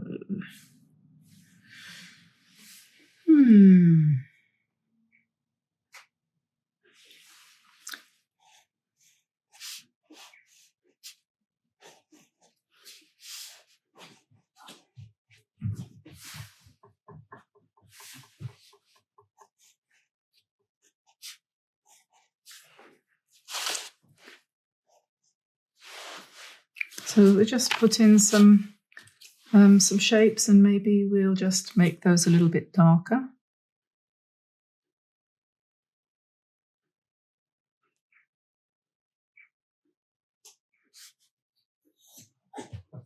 Some stones.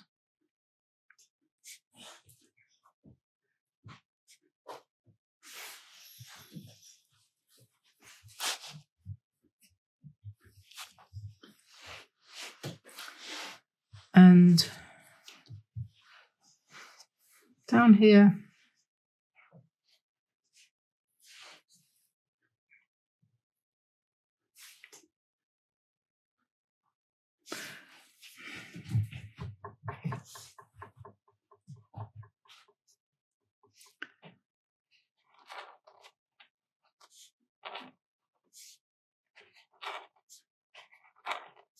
it is after all meant to be a landscape, so let's have some land.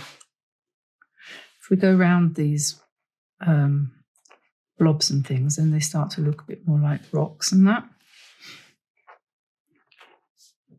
I shouldn't be too attached to what has accidentally happened. And that's what happens sometimes. And I remember, who was it? Some famous artist that I used to follow years ago said, don't fall in love with part of your painting. I think it was John Blockley. Don't fall in love with part of your painting because that will block you from going further with it. So in other words, you might say, oh, that was a nice happy accident. That's really useful, that is. I really like what's happened there. But that's going to block you probably from going on and doing the next thing that you want or should do. And that's what's happened here to me. So I think that's interesting for you to see. Fighting with the tendency to say, why am I here anyway? Paint can do what it wants to do totally on its own.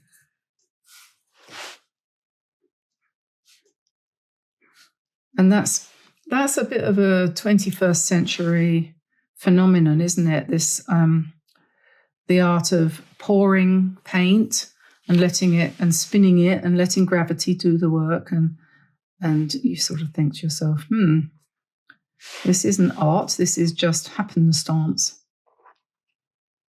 This is just, just pure chance that those patterns appear, and I don't know about that. I mean, they're fantastic, the work is amazing, but it's not art, it's craft.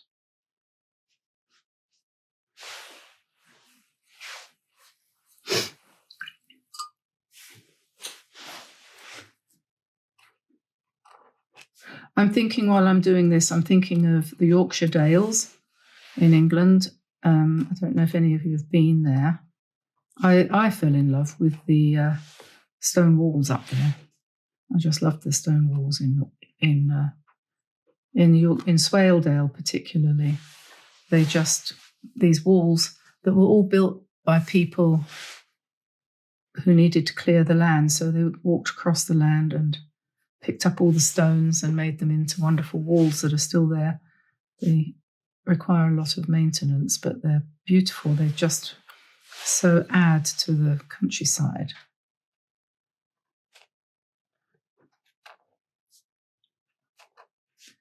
if you can find a photo of the stone walls in Swaledale, especially near Muka and Dent and those villages up the river there. Absolutely beautiful countryside.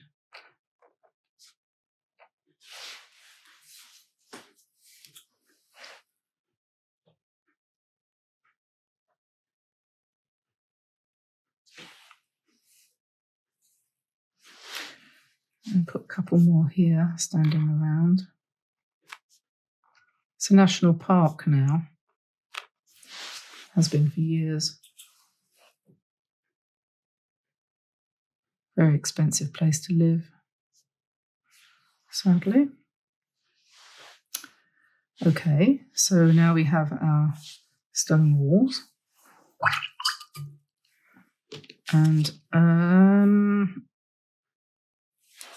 yeah, I'm going to stop there for a minute, let that dry. Okay, so I'm going to take my gold pen and I'm going to put some gold leaves on these trees at the back here, because that's kind of fun. And maybe a couple of lines on the house.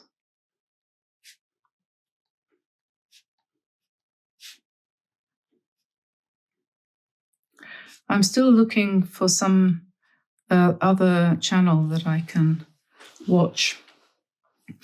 I don't want a channel that I can go to sleep to. I want a channel that I can actually be interested in listening to. So if anyone has any ideas about that, I would be very interested to hear.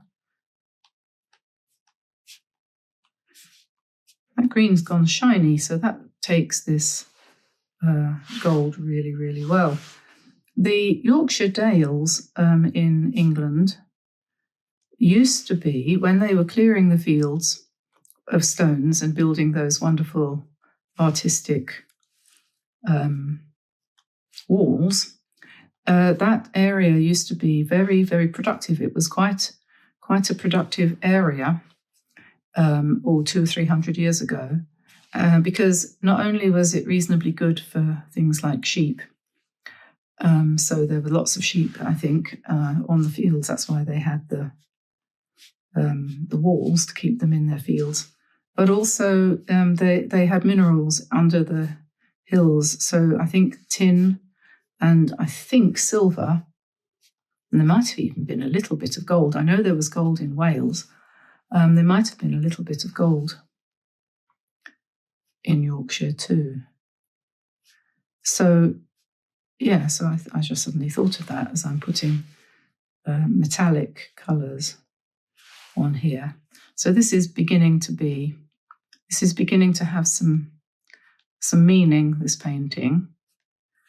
And the meaning is Yorkshire, one of my favourite holiday places when the children were young and I was fit and we could do such things. We used to go on walking holidays and used to go up the hills and walk around.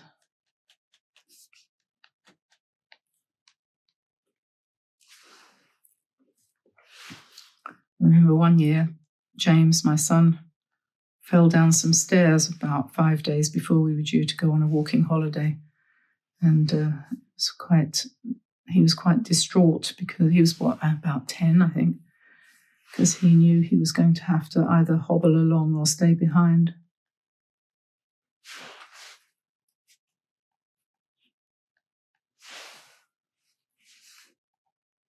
We used to go up there for Christmas.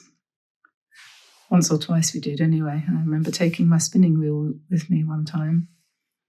I sat in the cottage on the side of the river near, where were we? We were at Low Row, a place called Low Row. And sat there feeling like I belonged to another century. Right, so these stones in the front here, they need a little bit more shadow and variety. So we'll just bring in the same colour as we did before. and just put another layer on, because that will give us more shadow where you've got two layers of paint, you know. So just paint half of it. And that gives you a little bit more three-dimensionality. And if it's still not enough, you can come back. Just keep it random. Don't fuss over it. You'd be surprised how much randomness makes these things look attractive to the eye. I'm not going to say accurate or realistic. Well, you're sort of realistic, but not realistic. And then you could put a bit of shadow underneath so they look like they're on the ground, not floating.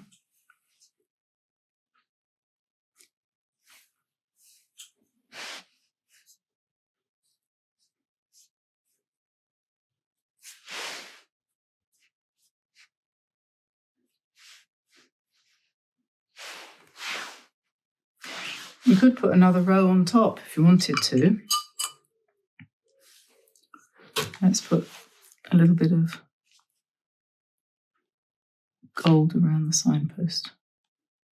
Home. Home is where the heart is. We could have a fence.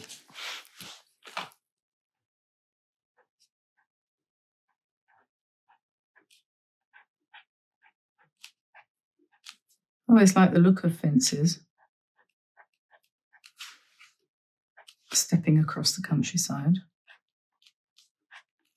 We've got fences here.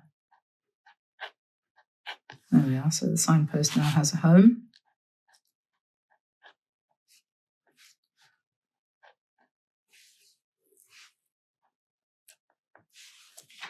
This looks like a field of corn, doesn't it? Or a little bit. Not sure what this red... The red is poppy field, of course. Of course it is. Yes, absolutely. Totally a poppy field.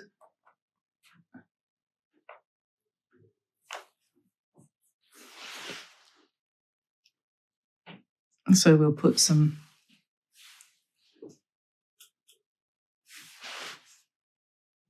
poppies in.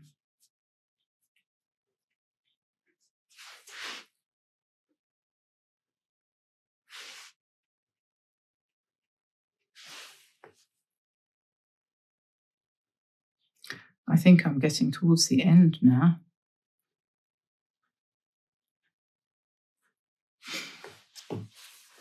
Yeah, I think so. I just think we probably need a couple of sheep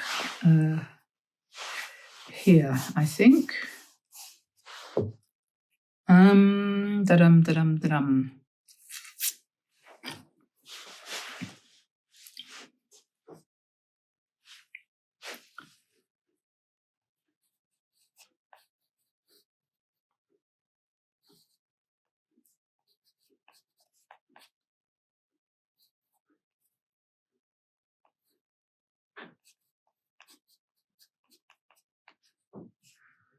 Have to do them with pencil first, just to be sure that we get them right.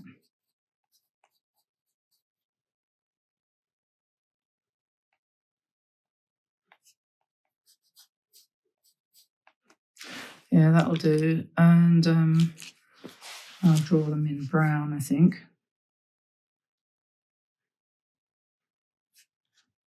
Swaledale sheep are not unlike ours. If I remember rightly, they tend to have brown legs. I'll paint that in a minute.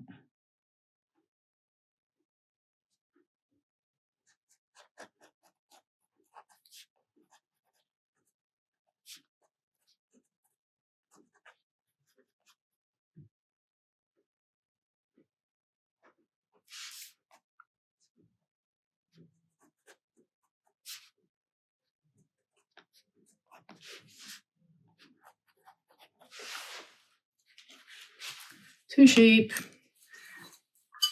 Now that's probably going to be a sort of necessity of brownishness because they're sheep. I suppose we could paint them any colour really. I'm not sure about that. No, they're going to have to be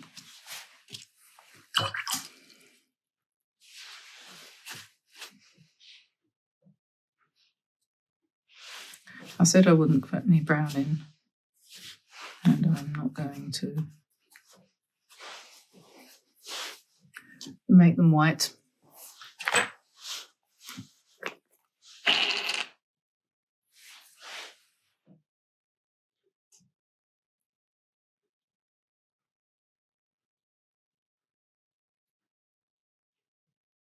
Make them white with brown legs.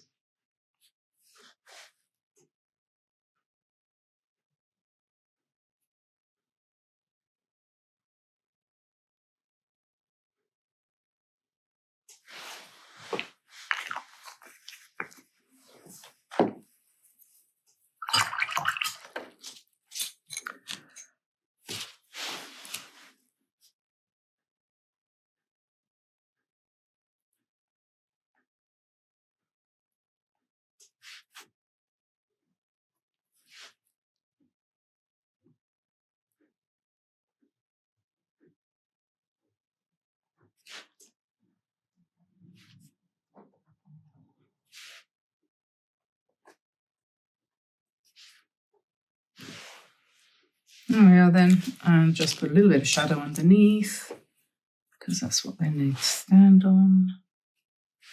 And there we are.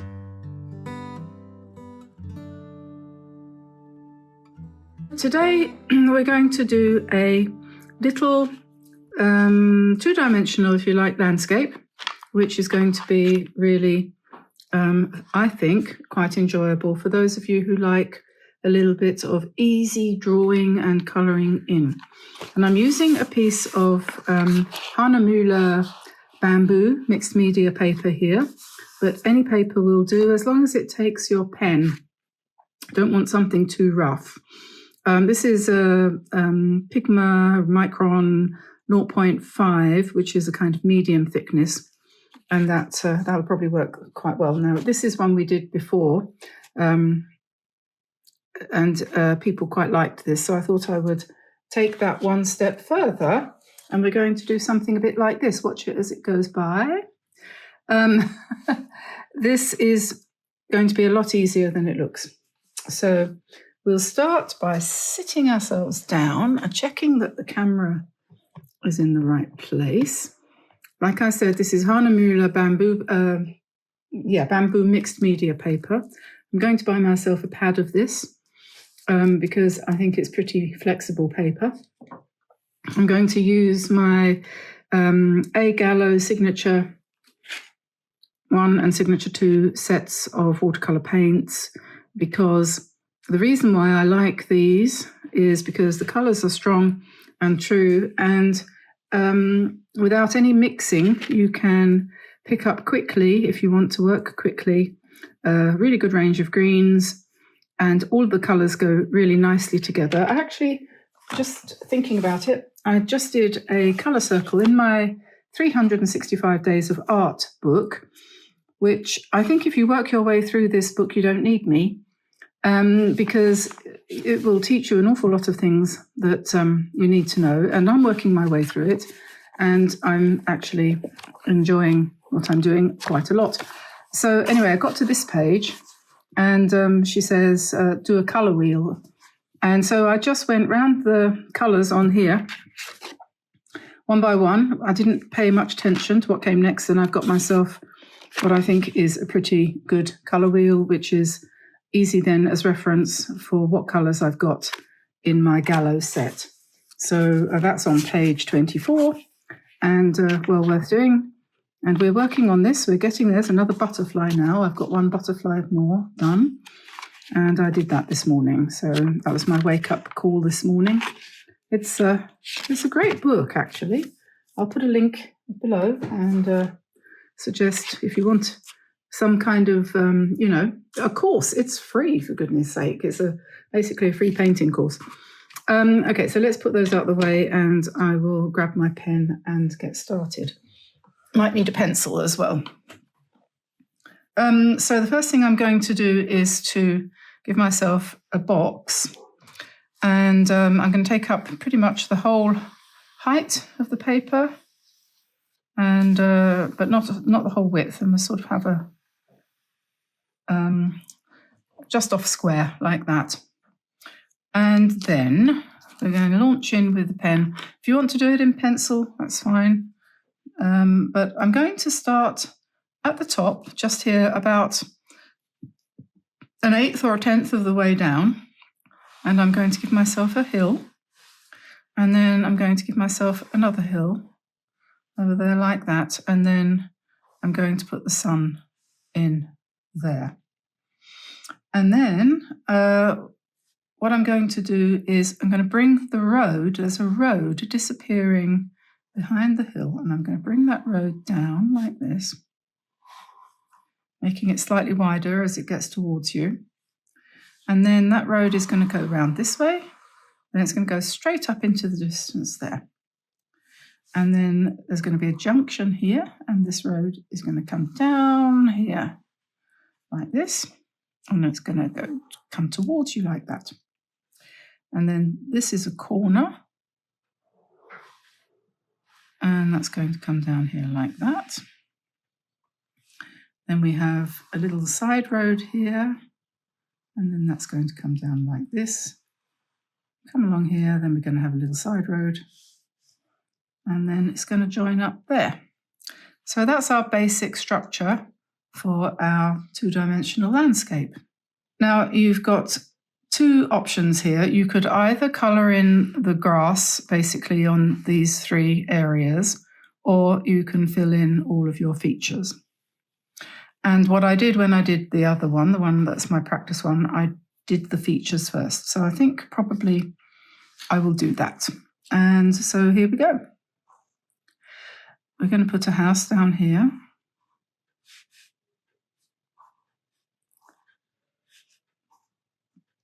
And we're not going to worry too much about size or perspective or anything. Just whatever you feel, whatever comes to mind. And literally ignore everything you ever were told to believe about perspective. And just, you think Zentangle, fill in the gaps. Just let yourself go.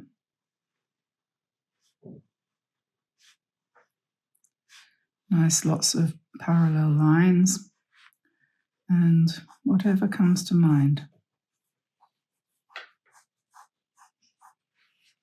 Because we're doing patterns, you can put, for example,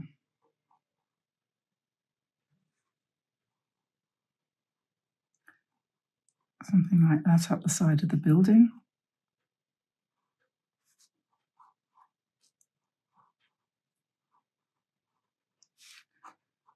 What's fun about this is just every single thing that you can think of to do to anything, you can pop it in, if you know what I mean.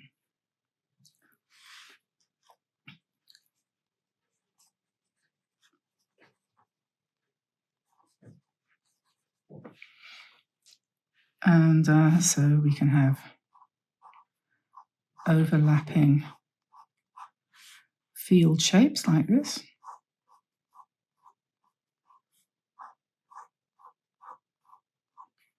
And then back here, I'm going to put some beehives.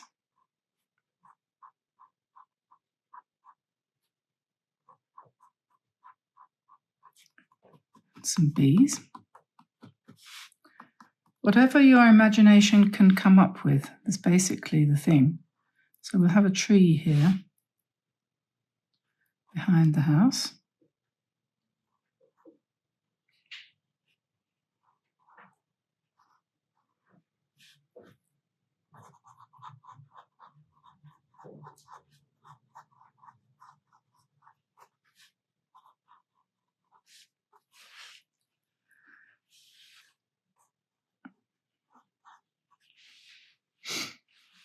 And this little road here was going to lead to a little cottage. So we'll just do a little cottage with a whimsical roof like this.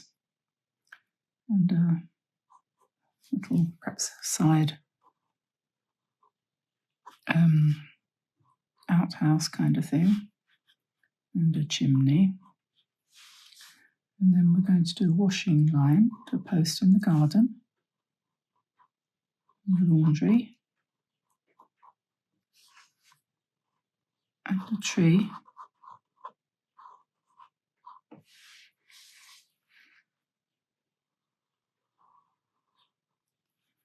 And we'll put some flowers in the garden.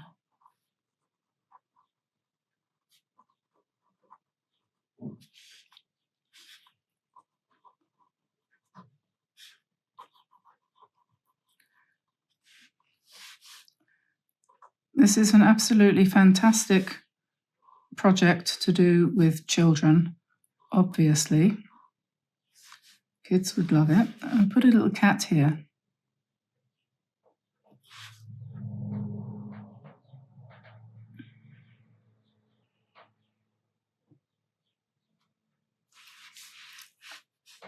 And then I'm going to put a fence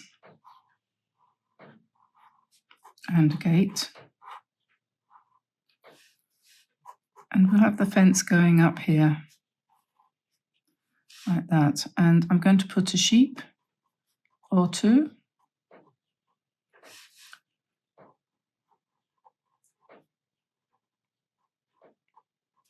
Very easy to draw. And then here we're going to have another little house.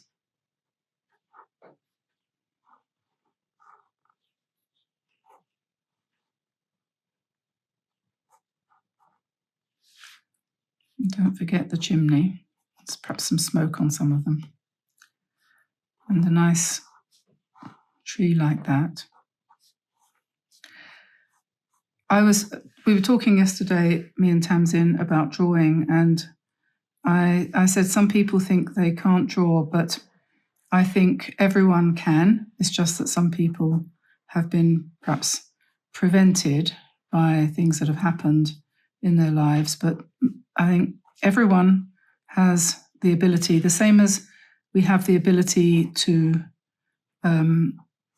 breathe and speak, make noises, and so on and so forth, because drawing was the original way of communicating when people couldn't hear each other, or if they spoke a different language or something. So everybody in, really, really, really long time ago, everybody was able to do something to convey meaning. Think about the Egyptians and the way they carved stone in order to convey meaning. I believe everyone can draw. It's just that everybody doesn't. Nice little hill there with a couple of apple trees on, and the apples are falling onto the hill.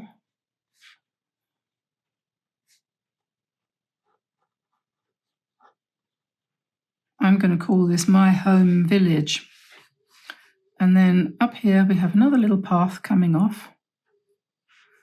And we're going to put a church in here with a tower and whoops, that's kind of gone wrong, hasn't it? Everyone can draw.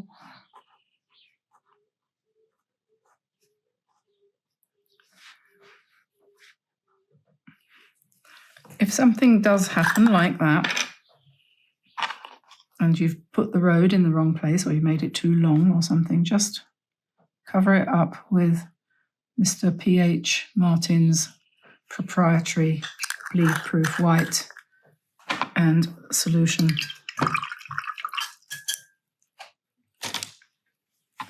is had.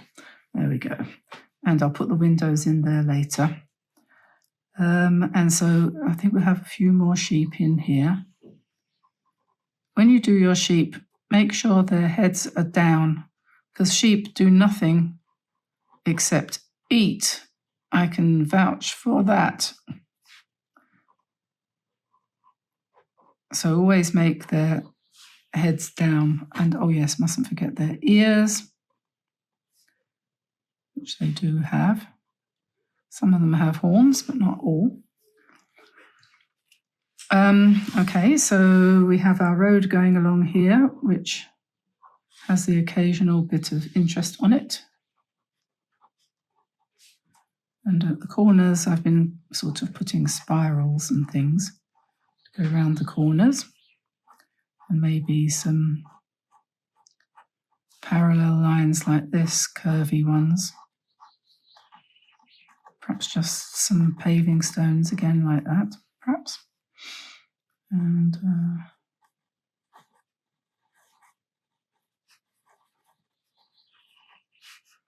you could do something like this as a present for somebody if they were moving to a new house or leaving an old house, and it would commemorate all the features in their landscape. That's what I'm trying to do here. I mean, one of the things we have here is telegraph poles. They're ugly things, but they do exist, and they're very handy if you happen to be a swallow. So I'm going to put swallows on here. This time of the year, they're just starting to perch. Now, I'm going to put a car here. This is like an old-fashioned Postman Pat car. Those of you who are from England will remember Postman Pat, and I'm sorry, I don't know what the equivalent is in America. But we'll just do a little car like that. And like I said, if you've accidentally put a line in somewhere where you don't want it, just come in with Mr. White. I'm going to call this Walter. Come in with Mr. White and get rid of it.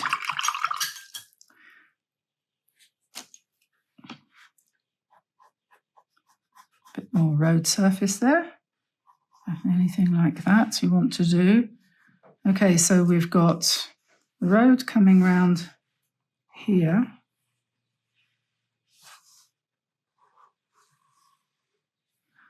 Comes round the corner and up like that.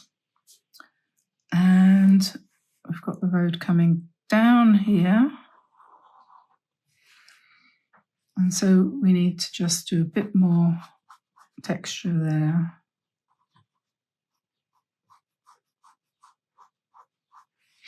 On the road.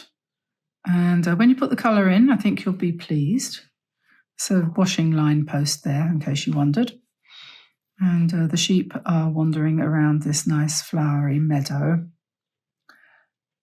Okay, so we've got our birds on the line. Okay, now behind here we're going to put some cows. So we'll have some cows. Put their ears and their horns. That's the cow's head. And then her body is going to go up in the back, like that. And her leg like that, and like that, sort of. Udders, and legs, and tail. And then nose, and eyes. That will make her legs a little bit longer. And some patches on her. And she's got to have a friend, hasn't she?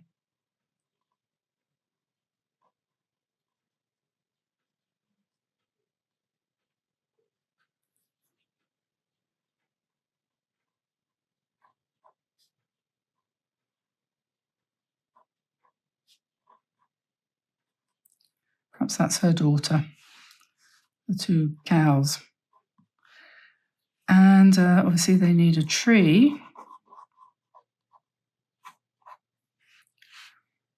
And behind them, I think we're going to make the field boundary here. And obviously then we're going to need a hedge. Nice hedge there. And maybe another hedge here.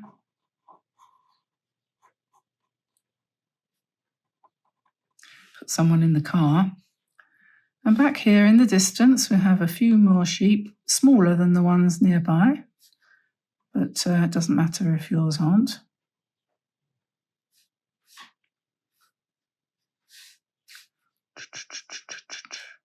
They look like little clouds. And then the road's going to turn around and go off into the distance up here, and we'll have another fence going along there, just to give a little vague idea of perspective without worrying too much about it. And another hedge here. Now along this bit here, I'm going to put some tall houses. And we're going to give them nice fancy roofs.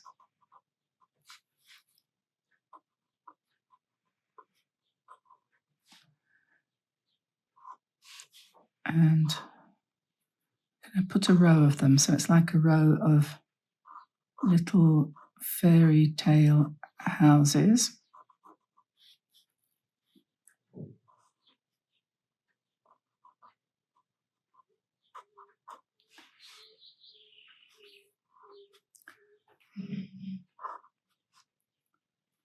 And then one skinny one here.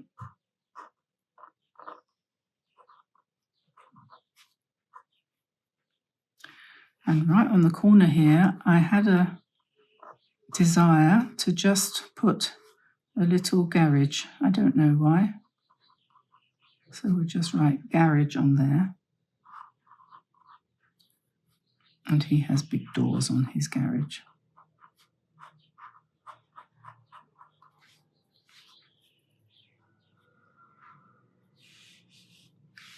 And so here, then in that case, we need a car.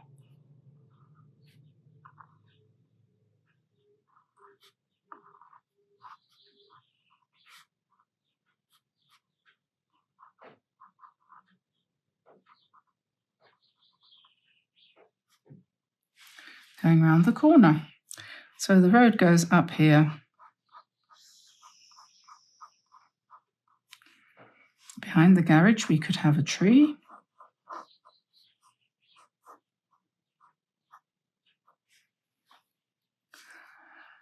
And then a little farmhouse over here, perhaps.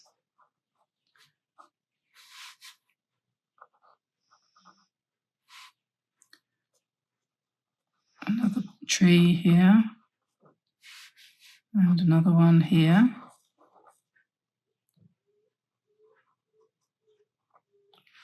The flower. And then let's put in a ploughed field just by indicating parallel curved lines like this.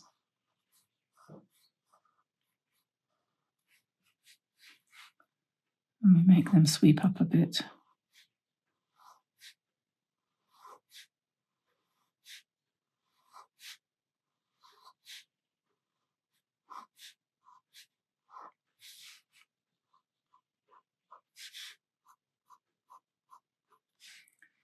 And then let's have a little row of another orchard of trees or something like that, apple trees or something.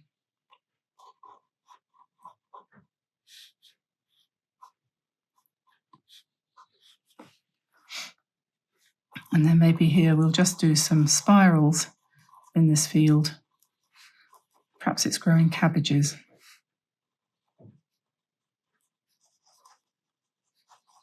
So we can do those a nice bluey green.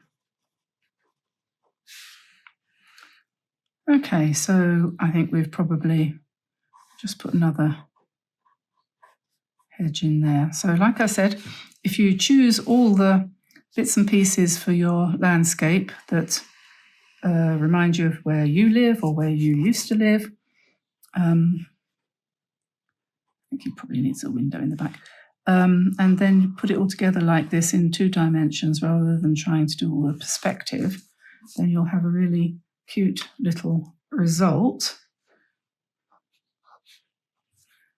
And now we're going to paint it. So we get this paint box out, and we need a very reasonably small brush here.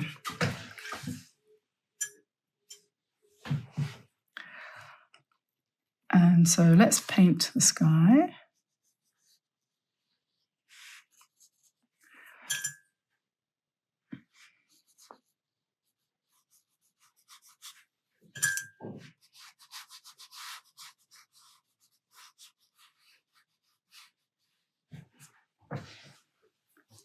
Just going to move that a little bit closer. And I want to use some gold. So I'll just pick up a bit of my starry colours from Kuretake for the sun. And we will put that round the outside edge as well when we're done.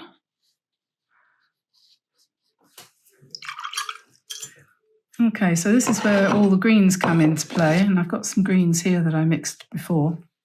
So we're just going to, oops, there's a hair. Just going to paint each and every field a slightly different shade of greeny blue.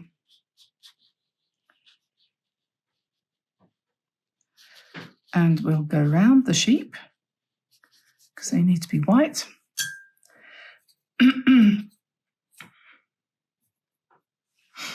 And this is very, very good practice for proper paintings.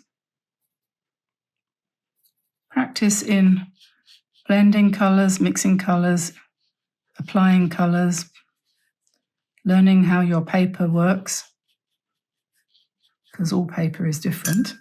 And you can just also play around with your colour scheme. You can, like I'm using quinacridone gold now to paint these little hedges here. And then I'm going to go back to a blue-green colour to go behind there. And then I'll come again with something like burnt sienna, let's say, for this piece of hedgerow. Okay, and then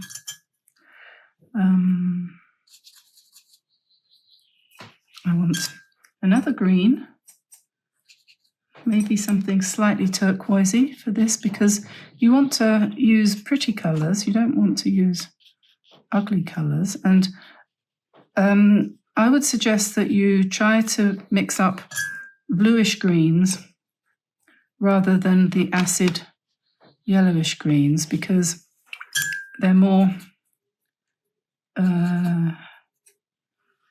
peaceful to look at.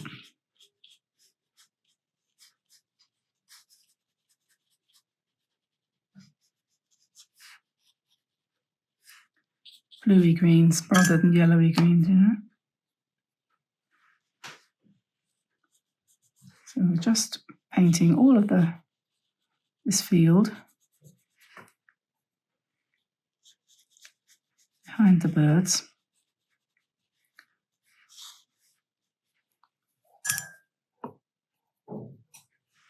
You don't need to match the colours. You can have patchy fields because fields are patchy.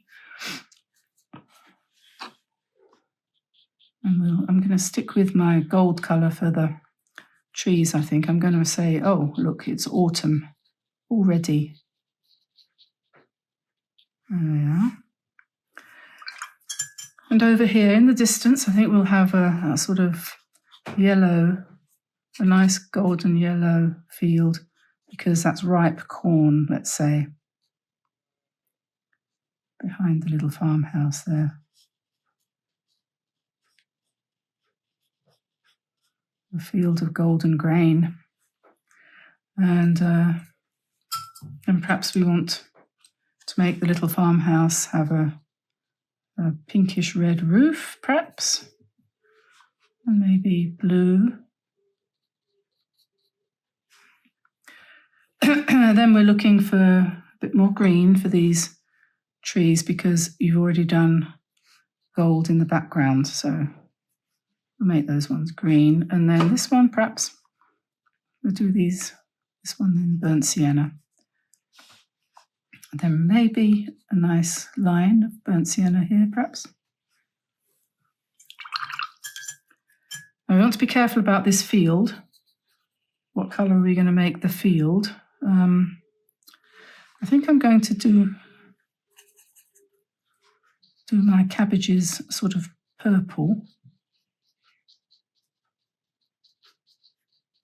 like that.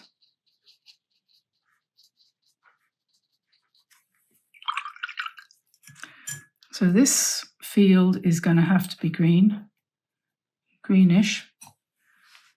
And I think probably what I'll do, I'm making this up as I go along, by the way. I'm going to do stripes of different colours.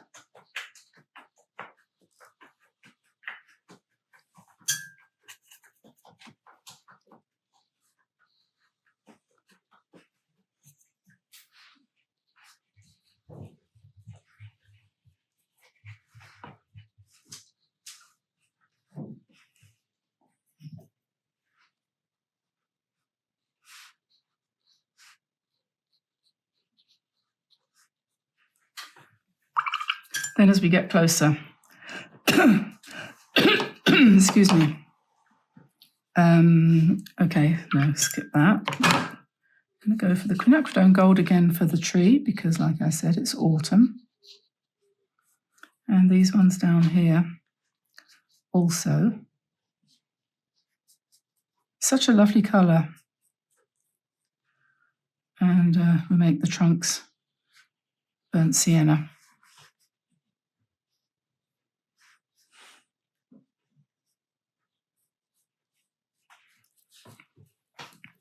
Okay, and the garage roof is going to be burnt sienna.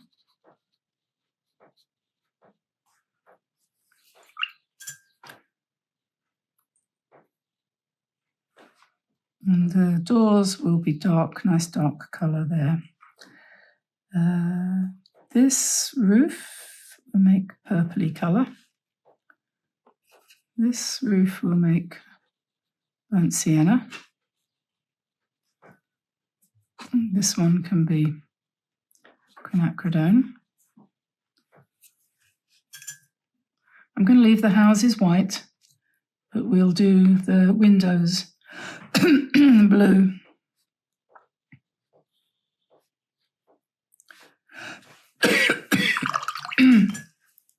Sorry. And then I'm going to do the doors red. Okay, so we're doing some greens here for the gardens of these little houses, hedges for the gardens of the houses. And behind, I think we'll make this kind of golden green colour.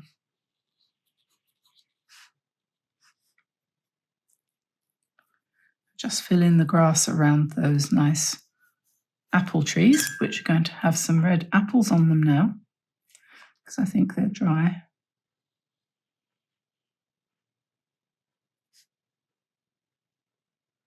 And one or two lying in the field, like that. And while I've got red, I'm going to paint Postman Pat's car, van, nice bright red, because every painting should have a good strong red focal point if at all possible. Oh,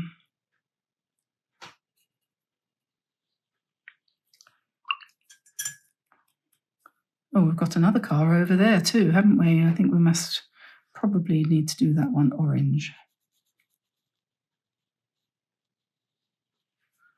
And then the wheels, darker colour. You likewise. Okay. The little cows are going to have some brown patches. So we'll put some brown patches on the cows, maybe their noses as well. There we are, they're happy. Let's come down the front now.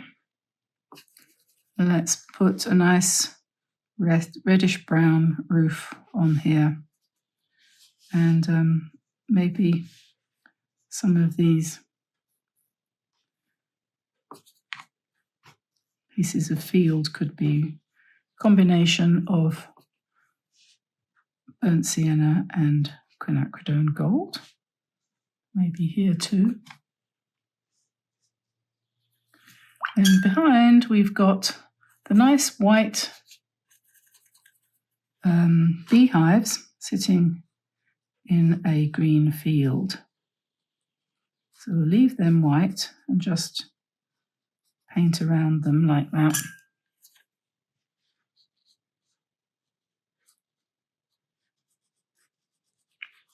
Just painting the garden of that house.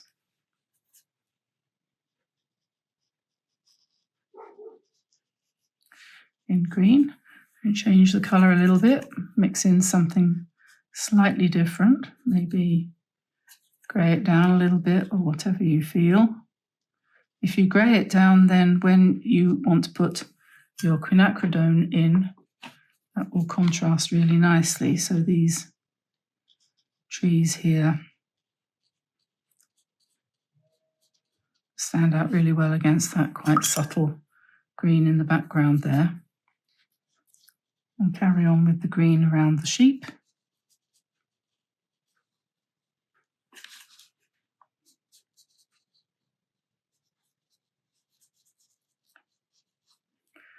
And if you're thinking to yourself, I don't think I could do that because I haven't got that much hand control or whatever, don't worry, because honestly, it doesn't matter if your lines are shaky. It just adds character.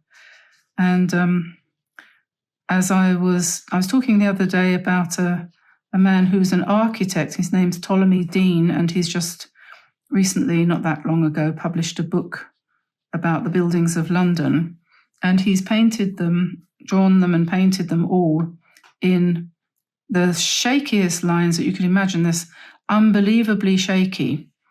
And it looks good.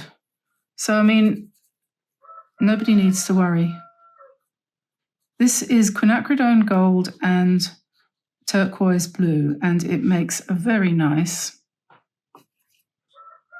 green. And if you mix quinacridone gold with, if you mix burnt sienna with quinacridone gold, you get a very nice dark greeny brown. So for your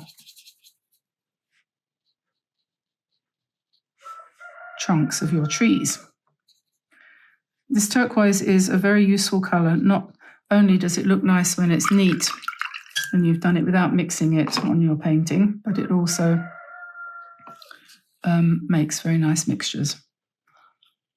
Okay, so let me see. I wanted to make the roof of this one red. I'll leave that little house white, I think. Restrain myself from painting absolutely everything. The roof of the church is going to be brown, like that, nice and strong brown. And then I think we might put a little bit of blue on the walls and in the windows. And here we have a slightly darker little hill where the orchard is in the front.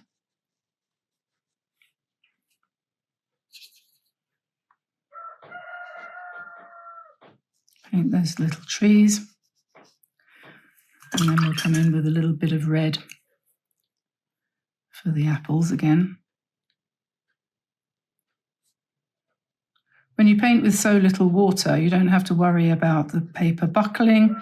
You don't have to worry about anything needing to dry before you can come back and add to it, because it's dry almost immediately. They look like a bunch of chickens. I'm going to turn that into a flock of chickens and give them combs. And then I'm going to give them legs. Just need a finer pen than that. Is this a point? Yeah, 0.2, that'll do.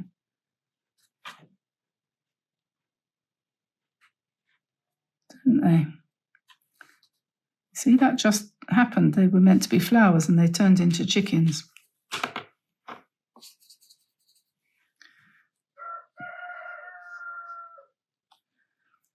Okie dokie, get in there.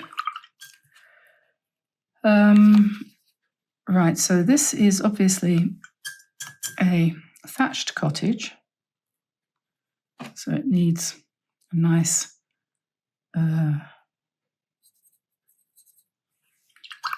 brown roof, and I'm going to give it a chimney and I'm going to leave it white.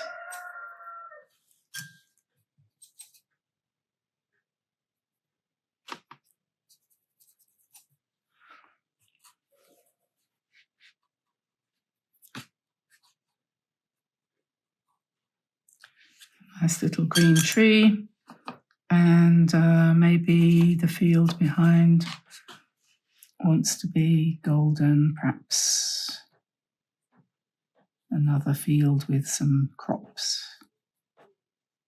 Or maybe they've got a drought like us and no grass for the sheep. But I don't want their sheep to go hungry, so we'll change the colour here to green to match.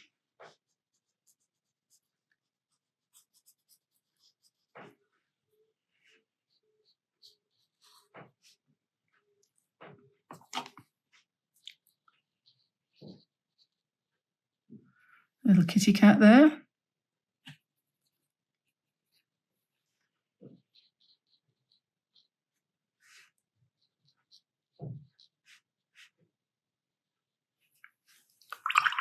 And we'll leave the washing white because that's the colour washing ought to be, really, shouldn't it? And then we'll put some little bits of red.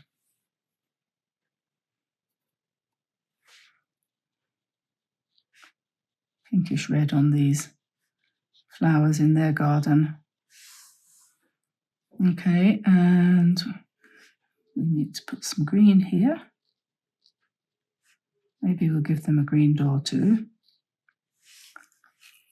And perhaps we have a little hedge here leaning up against the house. Okie doke. And now we are to the point of needing to do the road, so I might pick up a slightly bigger brush. And I'm going to do the road. What colour? What colour shall I do the road? Shall I do it lilac?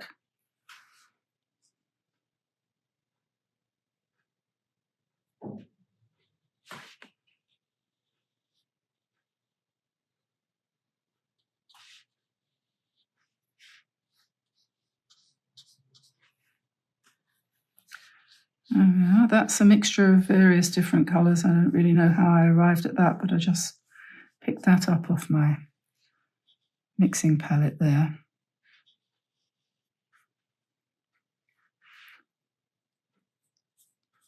And the interest in the texture of the road is in the scribbles, which is a nod to Zentangle, but I wouldn't dream of saying it was anything but maybe inspired by Zentangle.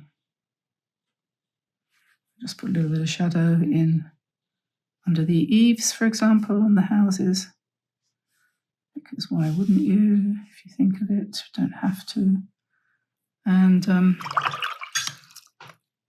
the final touch, I'm going to grab my starry colours and pick up some nice gold paint, and then I'm going to go round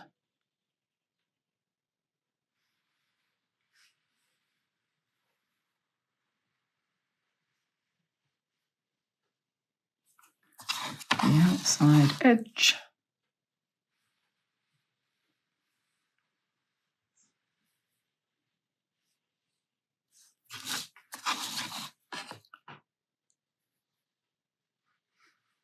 This is a painting that you could do in the course of a few days. You don't have to do it all at once. And I look forward to seeing some of your versions on Facebook, on the private group, because I think it would be really fun to do this, to sort of, this reflects our environment here somewhat. Maybe I'll just do a few rays for the sun.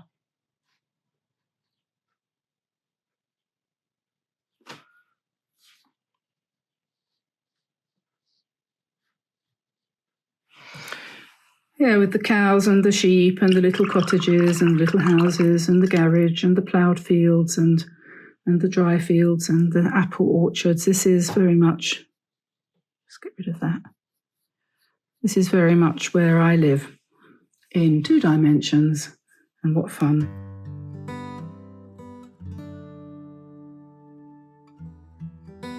I'm just putting aside my crochet. I'm going to crochet a tea cozy for a teapot. This is something I like to do to relax. So I have been doing that this morning instead of painting. Aren't I naughty? I'm going to put that aside.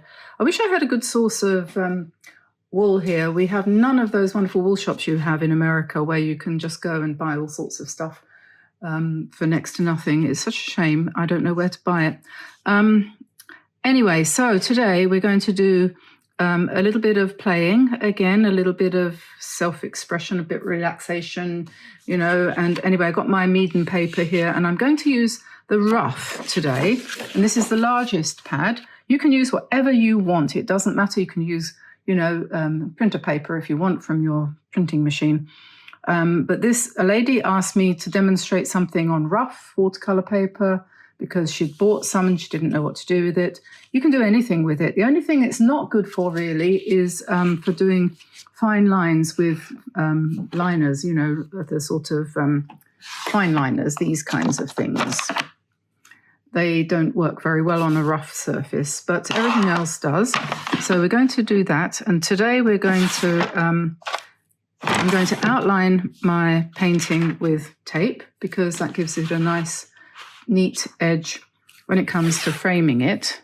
So I'm not going to use the whole width of the washi tape, just half of it. So it's a narrower edge, or you could use the narrow tape if you wanted to, because it does come in a narrower width. So I'm just putting that round the outside edge. And we're going to use, I can't quite make my mind up. I'm sort of debating whether to use the Kuretake graphite paints. They're a little bit dull, but I think we could liven them up with some gold. Yeah, the graphites are very interesting, and I know quite a few people have got sets of these, but you don't really know what to do. Whoops, excuse me. You don't really know what to do with them. Well, that's understandable because they don't exactly shout out, hey, look at me, I'm going to be a flower. They're quite abstract, but if you use them in a, not abstract, that's not the right word, that's a daunting kind of word. One of my followers said, I'm afraid of doing an abstract because I might do it wrong. I don't think I'm a good enough painter for that. But I think just think of it as being not necessarily realistic. Now, this washi tape is not sticking particularly well, so probably I should have used my Meaden painter's tape. That probably would have been better, but anyway, I've done this now, and so I have to stick with it, and I hope it will stick with me. Right, then, so let's do some playing, and let's use these things, and let's see what happens. I've got this set here of Kuretake graphites, and they come in 6 different shades, and they are roughly these colours here. So there's a sort of reddish brown, grey, and blah, blah, all very neutral kind of looking. But maybe we can liven them up. You don't want to use them too thick. What you want to do is use them lightly. And this is watercolour for everyone, right? So we'll start near the top and think landscape. Just think sort of landscape. And let's find the one that's roughly blue. That's roughly blue. I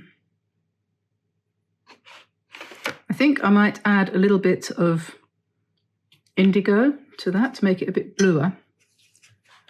And then I'm just going to draw across here a kind of top of a mountain landscape. And it's in the distance, so it's quite light in colour. So that's my first line. I was just listening to ABBA on Tinternet. Remember ABBA? If you change my mind, I'm the first in line. Take a chance on me. Anyway, so what you're going to do is you're going to pick up different colours, one after the other, and come across like this, just touching the one above a little bit sometimes, or not, as case may be, and just pick up these colours randomly. And we'll do some thin ones and let it run like that. See how that runs? And just let your imagination do its thing. Well, you don't even have to work that hard, actually. You don't have to imagine anything. You can put, yes, I'm going to take that one across like that. Then I'll put a bit of indigo in that, make it a bit bluer.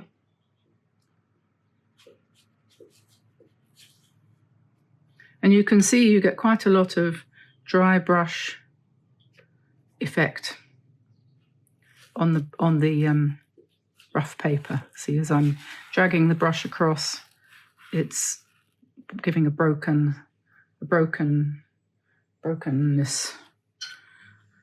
If you see what I mean. Yeah, so all I'm doing, I'm mixing a little bit of blue into some of these because I don't know, because that's what I feel like doing.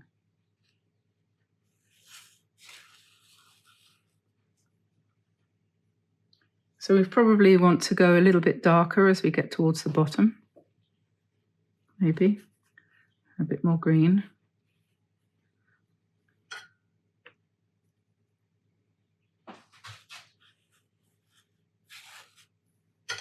You could be using a bigger brush if you wanted to. The cat's tongue, for example, in our set, or any cat's tongue, would give you a different effect. And immediately you would start to want to paint more loosely. If you did that, you would feel, oh, yes, this is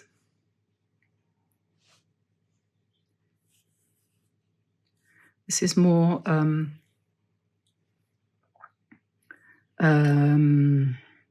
inviting to explore and play, and variations of thick and thin. We leave some spaces because we're going to come back shortly and put some gold and things like that in place. And I'm mixing indigo now with this blackish colour. And when you're doing horizontal lines, you don't have to do them all straight across. You can sort of break it up and go like this. And then what you end up with might be more looking like rocks. And so a bit more indigo and a bit of any one of these graphites is going to give you a really dark. Let's do that like that. So when I'm doing this kind of painting, I don't look back at what I did before. I just keep going, and I don't, generally speaking, make any changes. I'm just going to add a little bit in there. But generally speaking, I don't make any changes. And we'll just let that dry. And, you know, you're sort of looking at it and thinking, oh, you could do a bit more contrast up here, but we can introduce more contrast up there at the next stage, and then we'll get another experience. Okay, so this is looking quite random. Yeah, a couple of little spots up there shouldn't be there, so I'll just rub those out. And for the embellishments, excuse me, crochet, I think I'm going to have to put you out of the way. I think I might use some pencil. I have some, here we are, these ones here. This is a Stettler Karat Aquarelle watercolor brush, pencil in black. And this is a very good melting pencil. So when you paint into something wet, it runs, or after it's finished running, you can paint over it and it will bring out the black really quite strongly. So you can see as I'm doing this, where it's touching the wet paint, comes out really, really dark.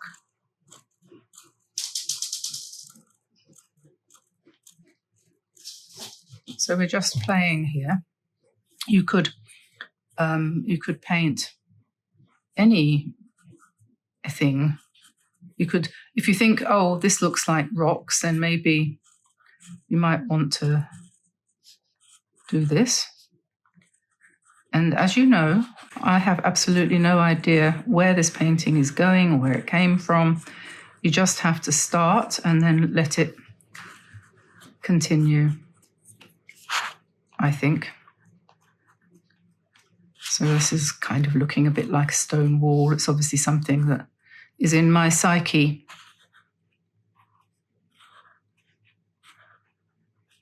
Because it's not the first time that I've started painting something. I had no concept, no thoughts about stone walls or anything like that. And then all of a sudden a stone wall appears. So maybe I was a Yorkshire lass once upon a time. And I'm going to put in some vertical lines here, which could be considered as organic plants. I mean, I might put gold on the ends of these stems in a minute. So we'll just do some of this.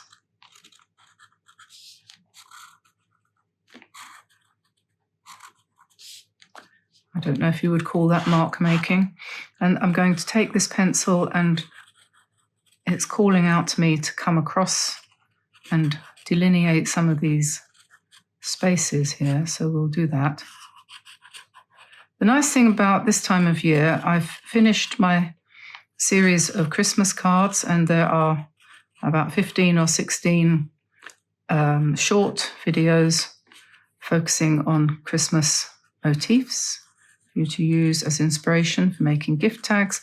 I've just finished putting my gift tags on my parcels that I have got so far wrapped up. I'm ahead of myself this year. I decided I would be. Anyway, so I've done all of that, and we've painted a few Christmassy type of paintings. And now, because fewer people are watching at the moment, I can do what I want. It doesn't matter. It doesn't matter if nobody watches. I'm just going to paint for myself for a little while and see what comes out of it. Okay, so there's that. I'm thinking I need something in the sky, I have to say. Not sure what, but I think it needs to be painted in a colour. So maybe the indigo, nice and loose. So we'll put that up there.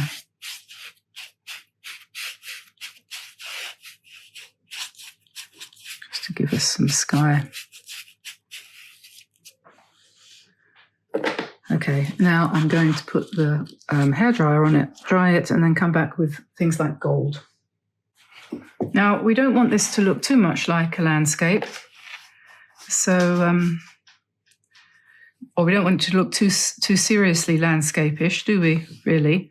So I've got my Craftamo size 14 brush here, and I'm going to put some gold lines. Wouldn't it be wonderful if the planet was full of gold lying on the surface? We've got gold and we've got silver here, which is quite nice. And we're just going to sort of go with the flow. Also got sort of bronze too.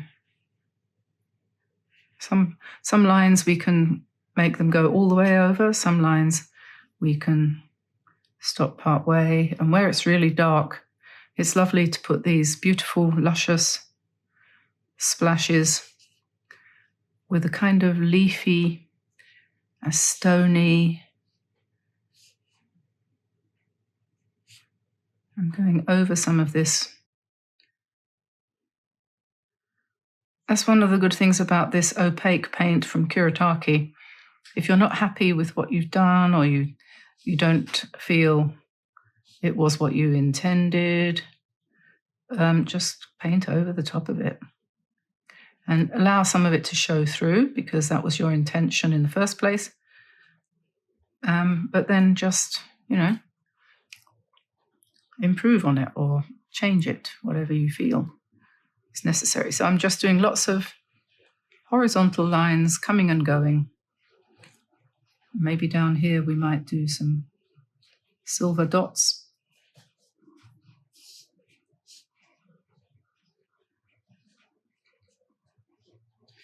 These silver and gold and bronze colors, or whatever they are in the Kuretake 48 set. And I didn't have much faith in them at first. I didn't think they were going to be any good, but they are. They're really good.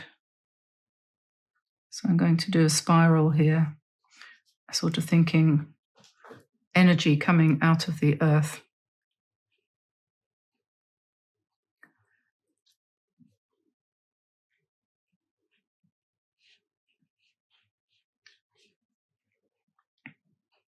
So just keep building it up. You can use silver, you can use gold, you can break some of your lines by putting dots on top of them if you feel they're too, and then, or you could also come back in with your pencil again and do more. And if you do some like that, and then you take a brush with just a bit of water on and you wet them, you'll see that they go really dark. You see, so if I was to do, let's say there's a line here already, I'm going to do another one on top, so like that. And then you just wet it. It's like magic. And this one here as well, that's one I did earlier. Every time I say that, I think of Valerie Singleton. People in England will know who I mean. I wonder if she's still alive. Valerie Singleton and the Elephant of Blue Peter. Remember? That was such fun. I think I owe her a vote of thanks, because Valerie Singleton and Blue Peter and making things was what got me started on a creative journey when I was a child. I couldn't wait to get my sticky back plastic out and start with making the castle or the bird table or whatever it was that they were up to. I'm sure I was not successful in my endeavors, but I remember they made a village once, a kind of whole medieval village, and I made my parents buy me chicken wire, and I made this shape, and then I made papier-mâché over the top to make the hills, and painted it and made cardboard houses and all that sort of thing. And then I got some clay and made animals and baked them to make them go. I'm plasticine, or I think I used clay. Anyway, so yes, I mean, wow, those were the days. And Valerie Singleton, yes, she got me going. Oh, and I have to mention something. A lady contacted me in the comments saying that she was Hugh Brading's granddaughter, and she wanted to say thank you to me for having mentioned him on the channel, because we painted some of the florals that he taught me how to do many years ago, back in 2000, I think it was 2000. I think Hugh isn't with us anymore. I'm not sure. But anyway, I just wanted to mention that there is a video. I'll link it at the end of this one for you to go and have a look at, that I painted, which I painted with him. He taught me how to do it, and I mentioned him in this video. And he was a wonderful artist in New Zealand, and he was mostly a brilliant teacher. And he came to England and taught a course with me. He stayed in my house and he taught my art group. Did a course with us, and it was lovely. And so this lady, I don't know her name, unfortunately, contacted me and said, "Oh, I'm Hugh's granddaughter. I wonder if she paints." I'd love to hear from her again. Okay, so here we are. Am I going to put anything on the top here? Or I'm just going to leave it for the sky? I don't know. I don't know if I'm finished yet.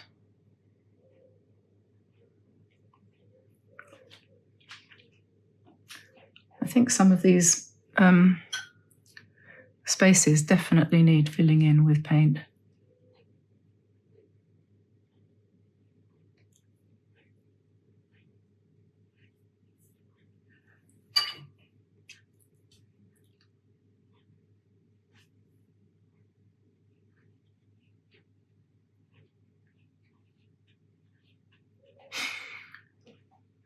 Yeah, you never know what's going to happen.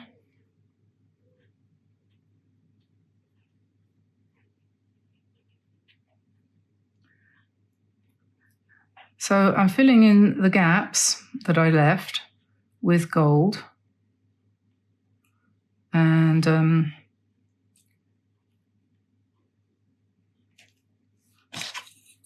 this is becoming quite tapestry-like, isn't it? Maybe we need some dark up here, perhaps. One thing I honestly think is that when you're painting, doing something like this, it's best not to think too hard about what you're doing. Just do it, and then look at it when you're done. I did one of these that I really didn't like when it was finished. I thought it was messy and overcomplicated, but it doesn't matter if it's overcomplicated. What does that mean anyway? I cut it up into bookmarks, and it looks rather good. But it probably was fine as a painting too. It's very often the case that I say, I really don't like this, what I've just done. And somebody will say, oh, I really like that. That's really nice. I bet you've had that experience when you paint at home and you say to your husband or your sister or your daughter, look at this piece of garbage that I just done. And she goes, what do you mean? That's lovely. I would hang that on the wall. It's funny, isn't it? I think I mentioned it before, when I was living in Bermuda, we had the American Women's Group art club there, and there was this lady, Christine, who did these marvelous chickens, and she painted them, and after she'd painted them, she said, I hate these chickens. They're ridiculous. I can't paint a chicken to save my life. And I thought they were really, really lovely. They were so full of character, just like chickens are. And so she gave me one of them and said, you can have that. I don't want it.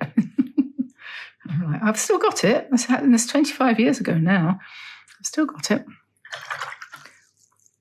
Okay, so in the distance, I'm going to make it more silvery, but we will fill in these gaps. But silver in the distance because, it's the mists of Avalon.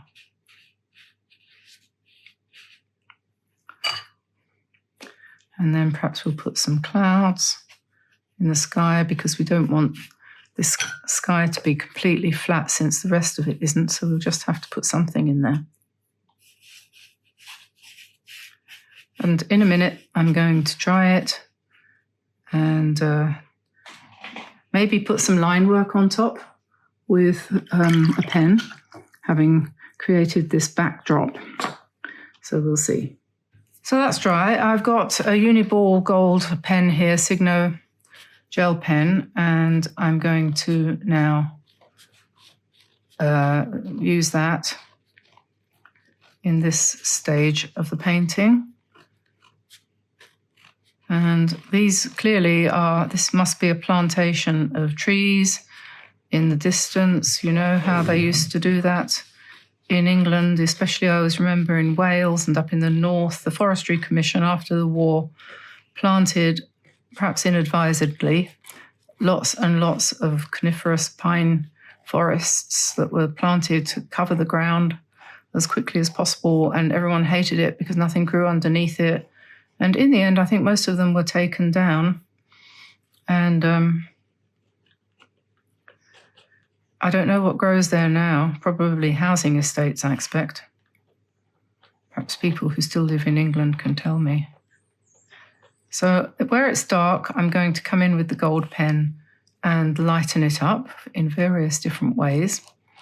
Whatever you can think of as a design is what we should do. So whatever comes to mind, you know, whether it's wavy lines like that, or you can do cross-hatching like that. Close together, further apart, like a tartan or whatever. You can do circles,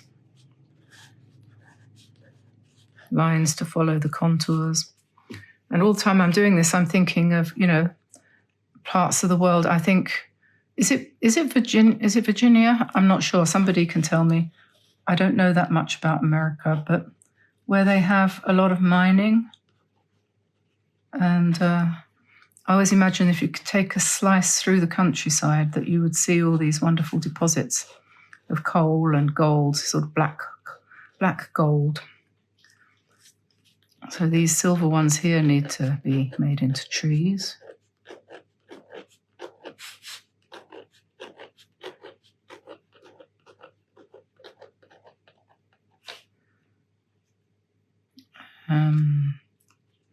We could have dots.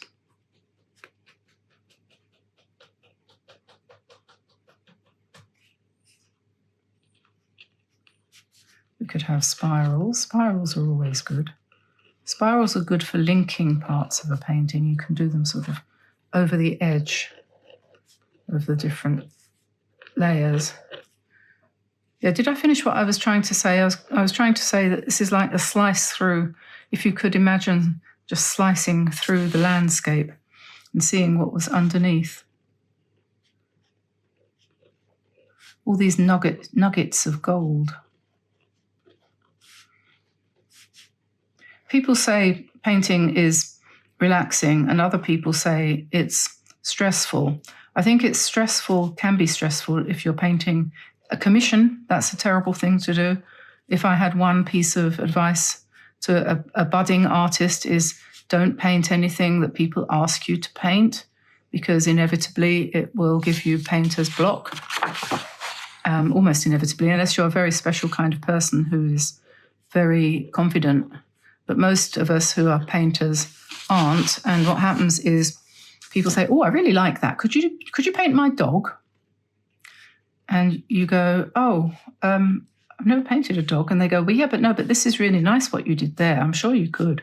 And you think, oh, I suppose I could try. I used to paint people's dogs and used to have horrible nightmares about them saying, as somebody once did, that's completely not what I imagined you would do, and I don't like it at all. And that was an oil painting. It took me ages to do, and I thought it was really good, but they hated it. And so it does happen. It does. It really does. It's not worth doing. It's not worth doing. He said, I'll pay you for your materials and the time, but I'm not paying. I don't want the painting. You can keep it. What an insult, eh? That was in Bermuda too. He was an American. But on the whole, people were really nice. I mean, it was my fault. I shouldn't have accepted the commission in the first place. Should I? No, I don't do that anymore. But if you want to buy one of my paintings, one of the ones I've done online here, just contact me. I will always sell them, and mostly for about $60 plus $5 for the shipping. Anything that you've seen me paint on here, it's probably sitting in my drawer, taking up space and gathering dust. So I'm happy to part with them. Just send me an email at dianeantone.com. No. Send me an email at studio@dianeantone.com, and we'll see what we can do. I haven't put any leaves or any flowers in here because this is a slice through the landscape. As I said, rocks, stones, and deposits of gold ore and gold and black gold, that is to say, oil, sort of drops of oil here, black gold. I was going to say, if you do an abstract like this, which is just to kind of dip into my subconscious, it is relaxing because you stop thinking about what you're going to have for lunch or how you're going to pay the bills or what you're going to get your husband for Christmas, all of which are very laudable thoughts, but they don't want to occupy your mind the whole time. And you start to think about Blue Peter and elephants and black gold and things. I think of my memory as being like a treasure chest, and I've often said to Tamsin, the experiences that I've had in my life, I like to consider them to have been packing them away into my treasure chest so that when I'm old and I can no longer travel and have exciting experiences, I'll be able to revisit my treasure chest and unpack things and take them out and look at them. And I think I've started to do that now because I don't want to travel anymore, especially since COVID hit the planet. I'm not that keen on traveling anymore. So, yeah, it's good I've got my treasure chest. I'm just going to put some paint in these gaps here that I'd missed. And we want some grey, I think. Here, fill in behind the spiral. Yeah, it just doesn't matter if it doesn't match. Where you've left gaps, you can come in with another colour. It doesn't matter what it is. It won't do any harm. You could put something darker there, actually. This brush is really nice because it holds an awful lot of paint. They all do, these ones from Craftmo. They're very good. And you pick up, paint and you can just keep going with it. It's very good. I much prefer it to, yes, this is what I need here. I much prefer it to tiny brushes for details. You can just keep going, see? And when I do change the colour, it's mostly because I want to change the colour. I pick up something else because I don't want to paint forever in the same shade of black, So when you see me going for a refill, it's not necessarily because I've run out of paint. It's because I just want to change the colour.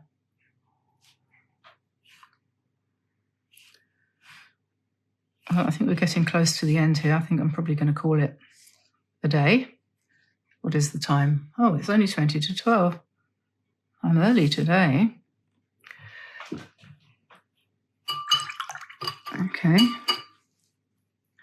Let me see. Then let's take off the tape and see what this looks like. It's not dry yet.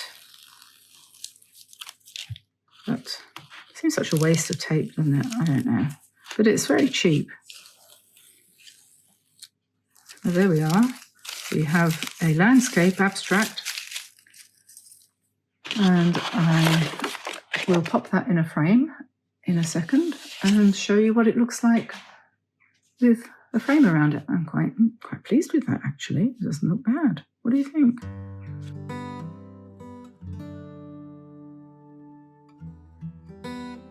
Today we're going to do a painting which is a fun thing with absolutely no experience required. So if you're an absolute beginner and you don't know what to paint, try to practice with your paints and brushes and everything. You could give this one a go because really you can't go wrong. I'm going to be using my brand new set at this point in time of Kuretake watercolor pans here. I'm probably going to paint using a number 7 or number 11 round brush from Drawwell, ordinary golden, they're called golden nylon, so therefore synthetic brushes from Japan, very inexpensive brushes. I'm using a piece from this block of paper. This is a block, it's glued all the way around, all 4 sides are glued, so it turns the sheets of paper into a block. You cannot separate them, okay? If you can separate them except at one end, then that's called a pad. Etcher made a mistake when they printed this because they wrote on the front watercolor pad, but when you go to buy this online, they describe it as a block. So they realized their mistake at some point in time. At one edge in the corner, you'll find that it's not glued, and it's there that you can slide in a knife, and that's, or one of those bone folders, you know, those plastic things, or a table knife, something that you have that's not too sharp, and then you can slit all the way around to remove the sheet of paper. The reason why this is a great idea if you have these blocks is because it stops the paper from warping and cockling when you're painting on it. Now, for this painting, I'm not going to use the whole space, and I'm not bothered about these spatters of paint that have got on here somehow or other. I want to do it this size, so I'm just going to lightly draw round my initial sketch. This is the painting that I did the other day and demonstrated, and then I realized that the phone had rung during the time I was recording, and so it switched the camera off and I had recorded nothing. So to draw this little piece, good idea when you're doing any landscape is to put the horizon line in first, and you never want to put the horizon, unless you're doing a specific type of painting that requires it, don't put the horizon line in the middle. It tends to make the whole thing look a little bit, well, dull really. So either a third of the way down or a third of the way up. And because this is a two-dimensional slice landscape with absolutely no perspective deliberately, it is a 2D painting. So we're going to put the horizon here, and we're going to think snake. So that's the horizon. You can alter it later if you want, but that just gives you a starting point. And then we're going to put some more wavy lines across here, and these are going to be our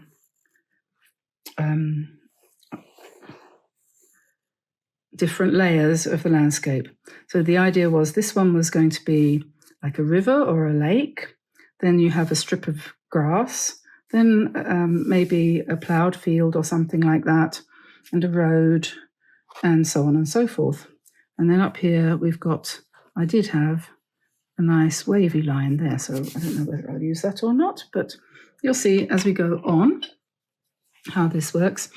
And then I'm putting on my I'm 5 years old today hat, and I'm going to draw a house the way I expect when I was 5, something like that, trying to be as carefree as possible and not worrying about straight lines or anything else.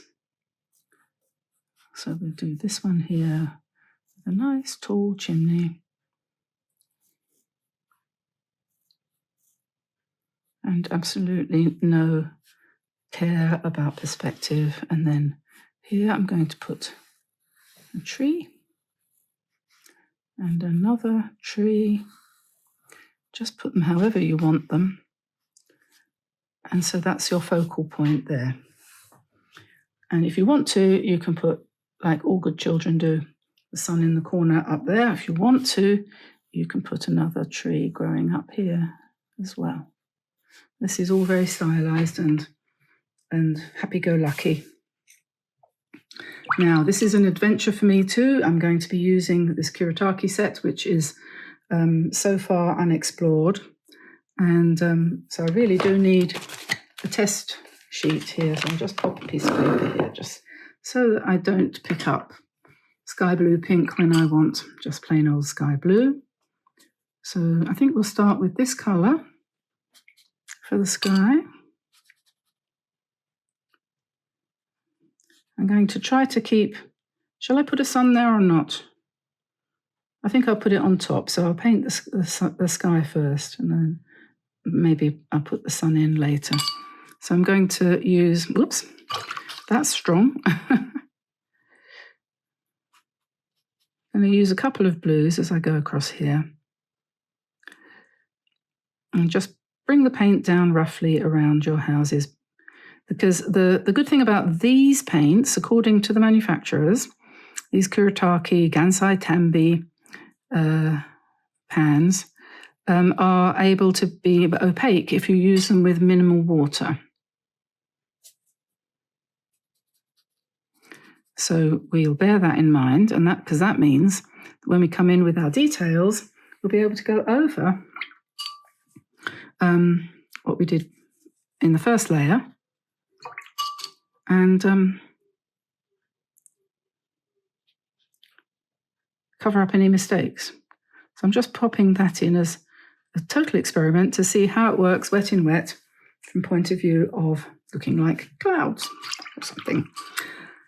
Okay, so now the first layer I did the first time round in a kind of Naples yellow. So I'm looking for a colour that looks like Naples yellow here. Last time I did them with, what did I do? What did I use? I think I just used a mixture of traditional paints. Kuretake have been around a long time. I think they were founded at the beginning of last century. So they're not new kids on the block. They know what they're doing, and they make ink, Chinese, Japanese, calligraphic ink.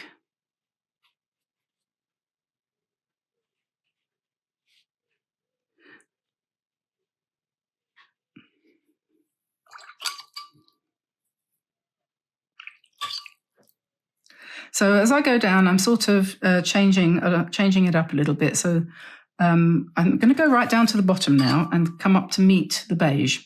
So I'm going to be looking at watery effects down here. I want the sea. This is the water. And we will put some fish on top of here at some point. So use pretty colours. Somebody left a comment on a painting that I read this morning, and she said, and I so agree with this, she said, I used to do real art, or I don't know can't remember what word she used, but the implication was that she used to do, proper pictures. I did too. I used to paint large oils and important watercolors of landscapes that were supposed to look like real landscapes. And she said, I realize now I found it draining. And I thought, oh my God, yes. I used to dread coming into the studio to paint. I used to think, I must paint. But what good is that? What you want to feel is, I want to paint. Not, I've got a painting I need to finish. I'm so glad that I've left that behind. And I left it behind because of the channel, because I needed to do things that were fun for you guys. And I found a new style and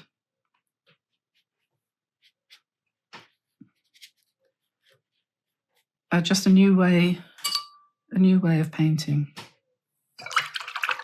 A way of painting where it doesn't matter, and the process is the thing that counts.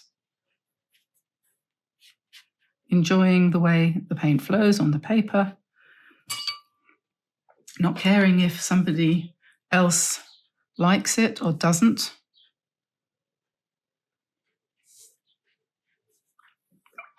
And just keeping going. Oh, another person said, and this I also agree with, but she didn't quite understand me, because I said that I had read somewhere, somebody, I think it was the Happy Painter, had said, if you don't like your painting, keep going, because it might turn out in the end. And I didn't necessarily mean that you should keep going in that particular session. You are allowed to go to the bathroom. What I meant was that you shouldn't abandon it, or you don't need to abandon it if it doesn't work out quite right, don't abandon it. Just push it to the limit, because you'll learn something, even if you end up and it's still you don't like it. It doesn't matter if you like it or not. Nobody cares. The painting doesn't give a damn whether or not you like it. I've been trying to do that all my life, not care whether or not people like me. But paintings, automatically, they don't care whether or not you like them. They just sit there being painted. And so push it to the limit. And then you can still throw it away, but you will have had fun doing that thing. Okay, so now that's the first layer, and those colours are nice and fresh. I've been mixing some of them as I've gone along, just completely at random, and they are not arguing with one another. They're all sitting there looking nice and harmonious. It's not going to be anything like my original, and that's a good thing. So now I'm going to paint the little house. I'm going to, I think, change the colour. I'm not going to do it in the brownish colour that I had it in before. What shall I use? Maybe green.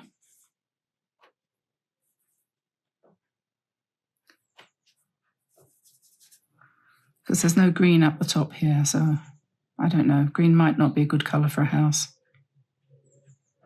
But on the other hand, it might be. So we just roughly paint that in. And then we're going to do the roof in, I'm hoping for a grey.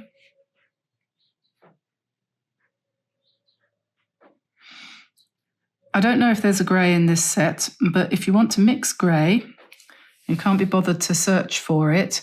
Any three colours, a green, a red and a yellow, or a blue, a red and a yellow. If you mix them in certain proportions, that will give you a grey.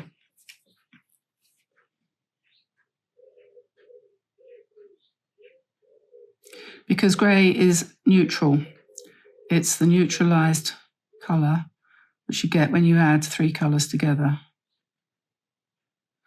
There we are. And now I'm going to do the roof of this one in a nice red.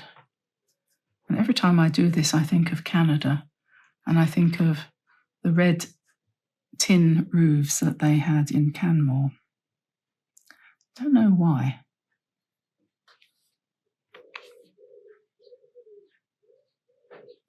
I don't know why. Don't know why I think of that. I don't know why the roofs are red, but I don't know why I think of that. It's strange, isn't it?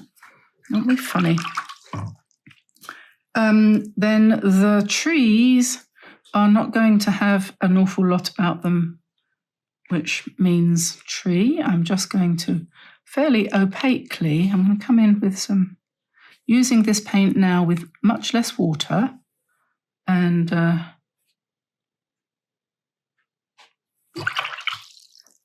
in a sort of opaque way, because I want to try that out, and just brushing in a random selection of colours. And we start again on this one, the yellow perhaps, some red maybe.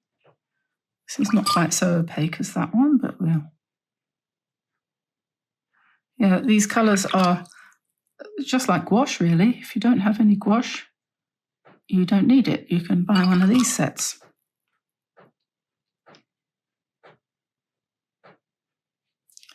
You never know where your painting is going to go when you start with this principle in mind. So we'll just bring down the trunks by dragging down some water and let that run. Now that band is pretty much dry, so I'm going to try to find a nice dark brown, chestnut brown, that's nice. And I'm going to just take the point of my brush and just outline up here.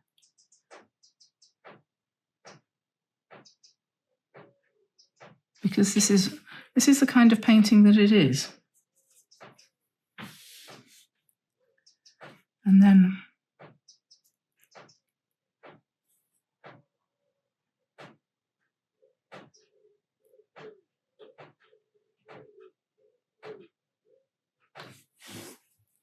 no, I have no idea what that is.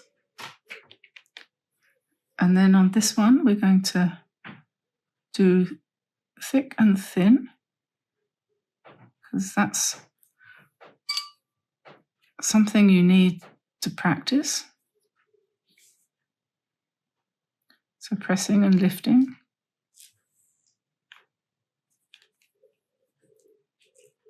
And this one too.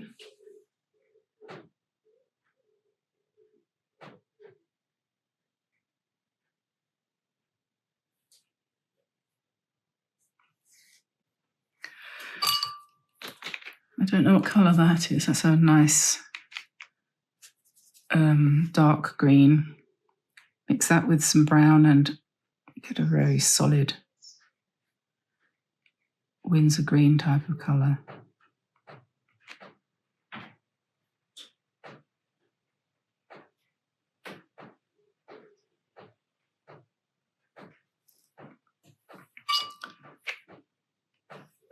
And then on the riverbank, again, dark green coming down here to draw the barrier there between the fish, which will be in here, and so on. So then now we want some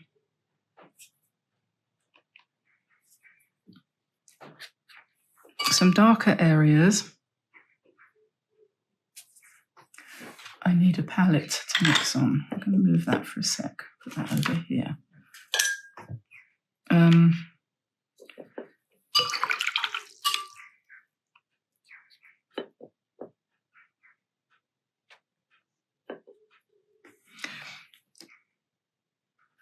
So just dropping in some neutrals in a kind of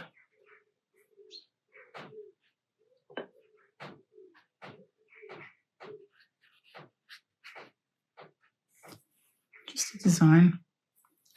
We're going to use pen work on top of this. Someone said the original version of this, which we did a short of, looked like a hamburger. I'm sure that was a man. I'm sure it wasn't meant to be a compliment. But if that's what it makes him think of, then I can only assume that, like my husband, the way to his heart is via his stomach. Never was a truer word said in my family.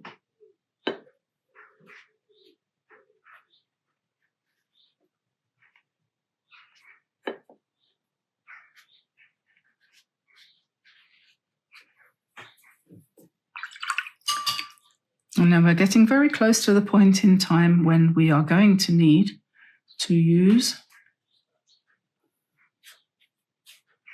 a pen, which means it'll have to dry.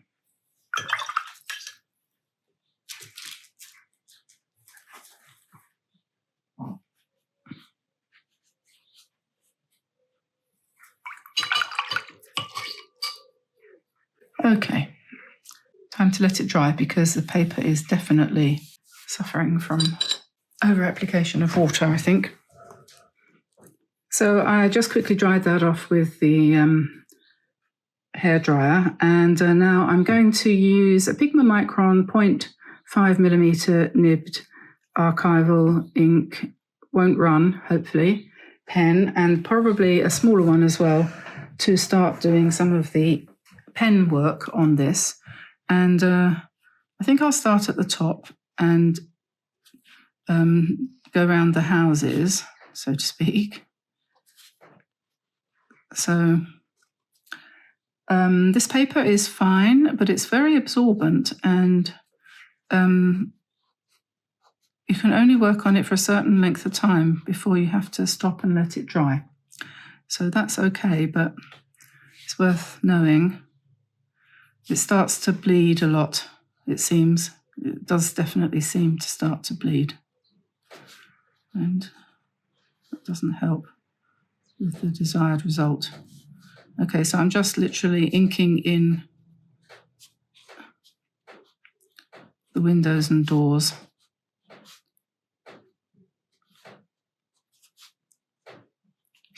Like that, and I'll go. This ink is not supposed to run, so if I want to come in afterwards, once it's dry, with another shade of red to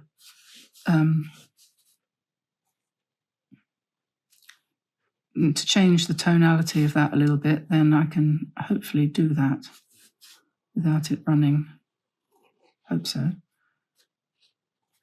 Okay, our trees are getting their definite outlines.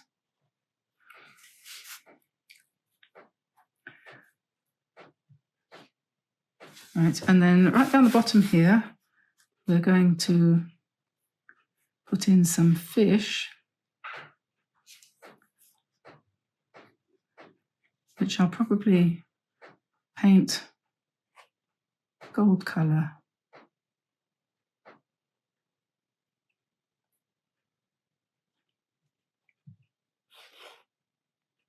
I'm just doing them very stylized.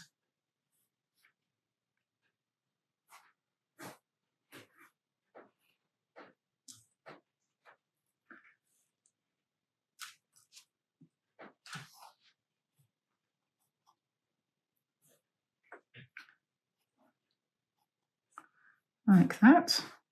And we'll come in with some gold pen in a second. Then up here in the distance, let's put some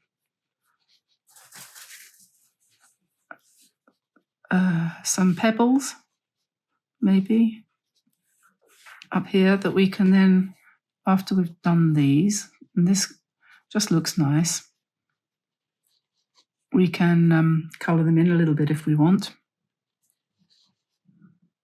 Quite like spirals. Somebody said in one of the comments that they were symbolic, and I'm sure they are.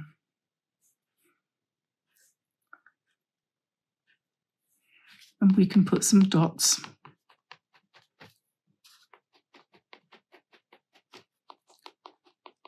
And this is, to me anyway, symbolic of our field around us at the moment, because we are experiencing the worst drought that Brittany has ever had. So this is like my house, and these are the trees. I'm worried about some of our trees because some of our tall pines are starting to look a little bit unhappy. So we'll start the next step of this, and I'm just going to emphasize some of the greens here, just putting some lines in on top of some of these lines just to add a little bit. I'm not going to use paint at this point because you could do, but this will dry a little bit quicker. So I just want to get rid of some of those fuzzy lines which have occurred as a result of the paper causing the paint to bleed, and I don't know why, because last time I used this pad it didn't happen like that. So I don't know. You notice that sometimes things happen nowadays that didn't happen the time before when you did it? It's very strange. Okay, so here in the middle on this the second level down, what I want to do is to draw some outlines of flowers. And what I'm going to do, these are kind of just 3 petaled simple flowers. So just draw the stem first and then 2 leaves, then the bottom bit of the flower, and then the petals on top like that. You don't have to do them like this, but this is one way of doing it. You might want 5 of those, and then you just bring the petals up. You don't have to put the one in the back if you don't want. So we could have more leaves down the bottom if you want. You can make them bigger if you want. You can do anything you like. But this is to indicate the presence of a flower garden.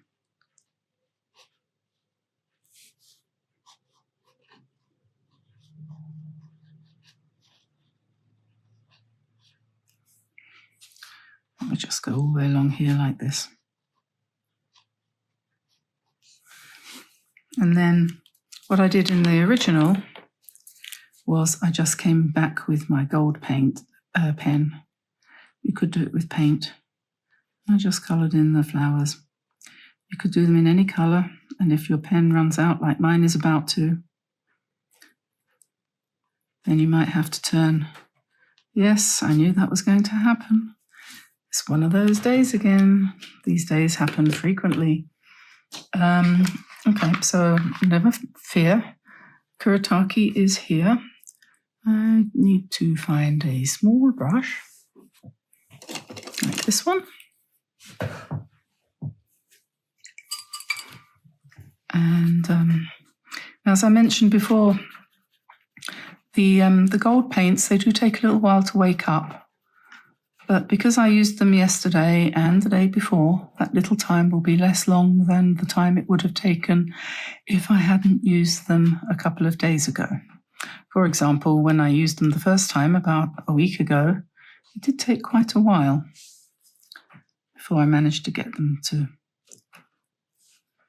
spring into life. And it's probably better, to be honest, to use paint rather than pen, but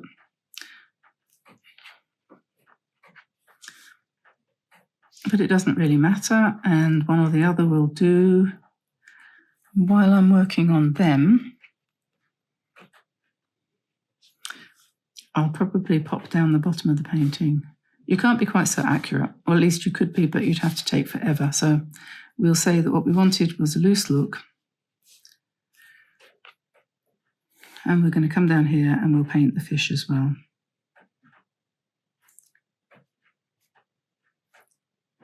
Goldfish.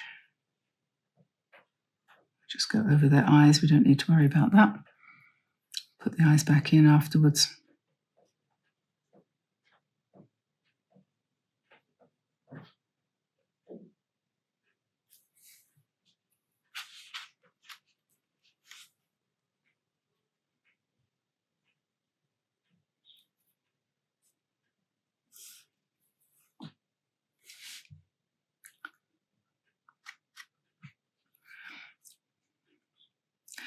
If you haven't got the gold pen, though, it makes it a little bit more difficult to do things like lines, gold lines and spirals and things. You can't really do that. You could if you had gold ink, I suppose, which I think I've got somewhere tucked away. I think I do have some gold ink somewhere. Probably wouldn't be quite so, what's the word? Well, it certainly isn't as easy to handle. I mean, if I was going to be putting spirals in with a very small brush, I probably would need a smaller brush than this. I don't think I'm going to be able to do that. So let's just put some dots.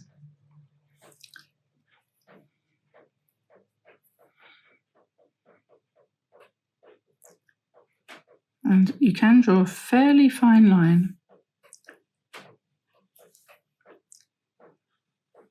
So, you know, what do they say? Needs must where the devil drives. You run out of gold pen and you learn how to control the brush a bit better.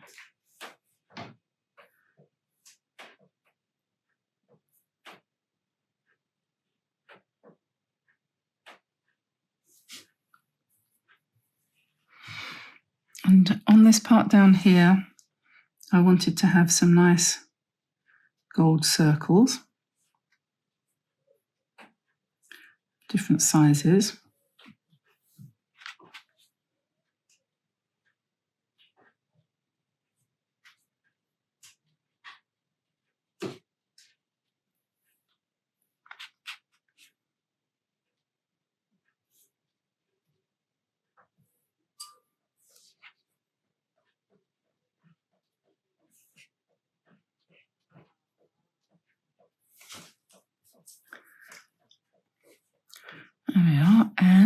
then the idea was there were going to be some green leaves. So I don't know whether I'm going to do them. Shall I do them with?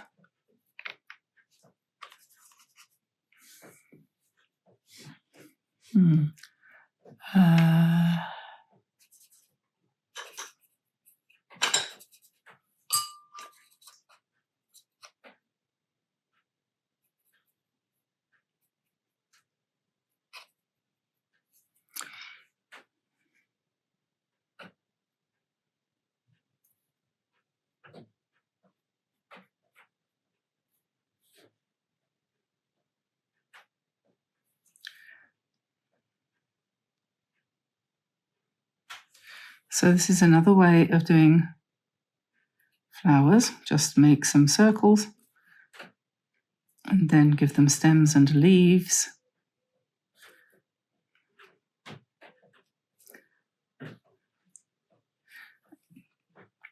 And I'm just using a mixture of a dark green. I think that one is Sap Green Deep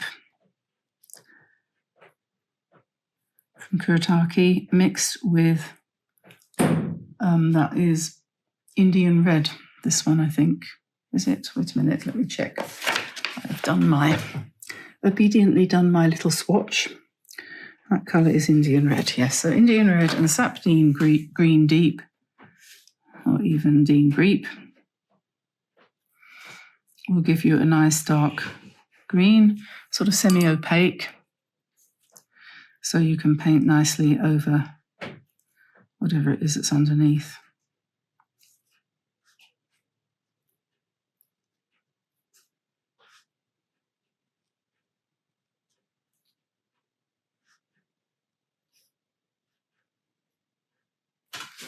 There we are, so there's those, and we could continue to embellish those by, we could have a darker gold. We could come into this one here and think of something illuminating to say while I'm trying to make this paint work. There we go. So that should be a darker gold. So we can just put a center in there like that. There we are. And perhaps we'll give the fish some scales.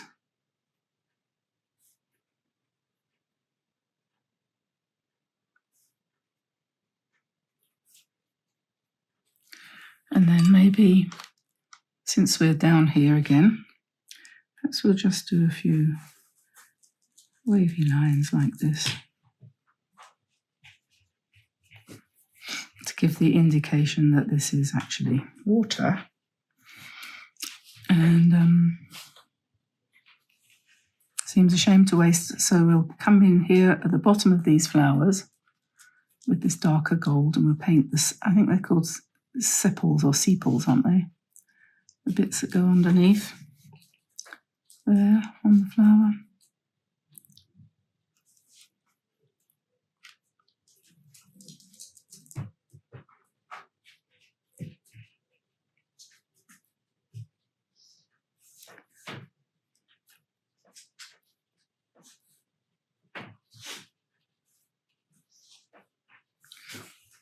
There we are, and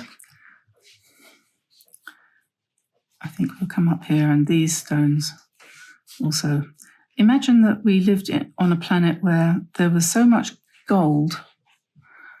I remember having this imaginary idea when I was a kid, so much gold lying around on the streets that nobody needed it, and it was, wouldn't it be beautiful if the world was covered with gold and nobody needed to keep digging it up and turning it into ugly jewellery? Because there was so much, nobody wanted it. But there was all this wonderful, pure, unrusting, beautiful gold, and you could make everything out of gold. It would last forever because it wouldn't rust. Imagine, wouldn't that be a different world?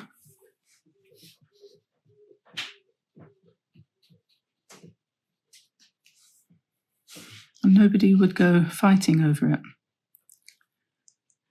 They might fight over something else, but they wouldn't fight over that.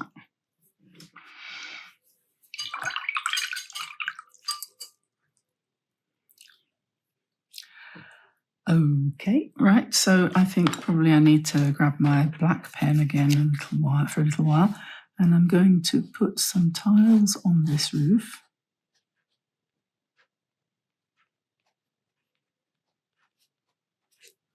Like that. And I think what it's missing probably is a little bit of white. So I'm going to make the window frames white.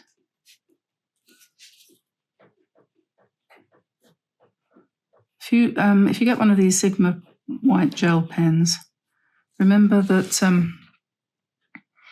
it works best when you don't press too hard. On the original, I had a white fence, but then I had a darker line at the top there, and I'm not going to do that. And in fact, I'm not going to use very much of the white at all, actually. I don't think it needs it. I will put the eyes of the fish in and some little smiles.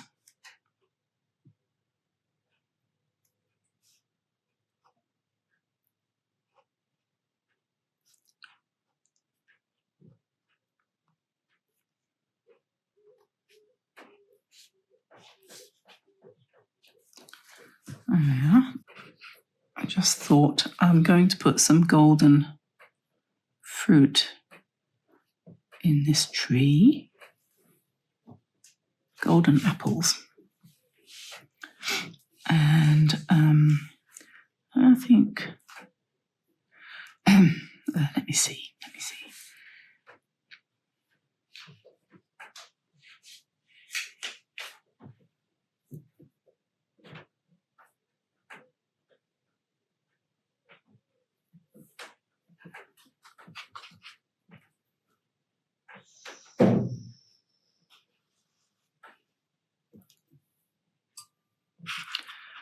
When I finish this, I must go and order another gold pen, because sometimes you just need the gold pen. But I'm glad it ran out, because otherwise I wouldn't have ended up doing it like this, and this has been quite good. Okay, so a little bit more brown here.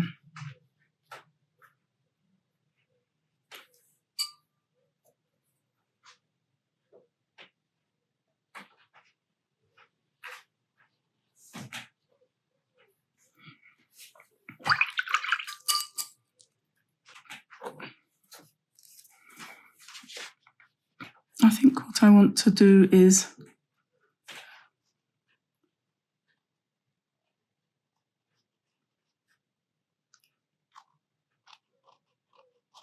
some stalks of wheat.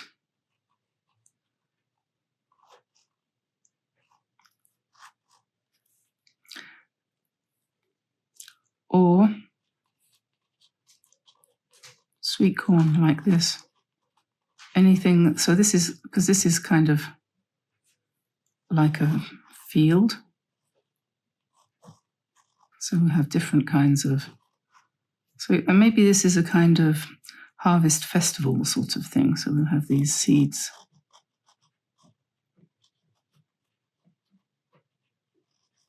Of food.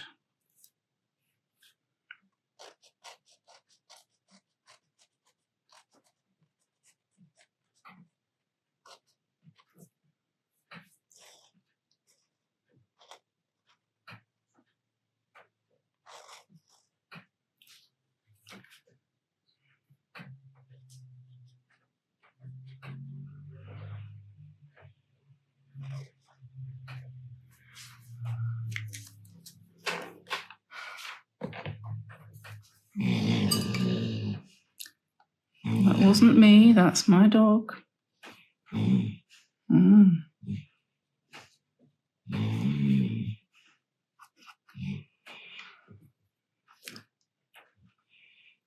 People will be laughing at you, Lottie.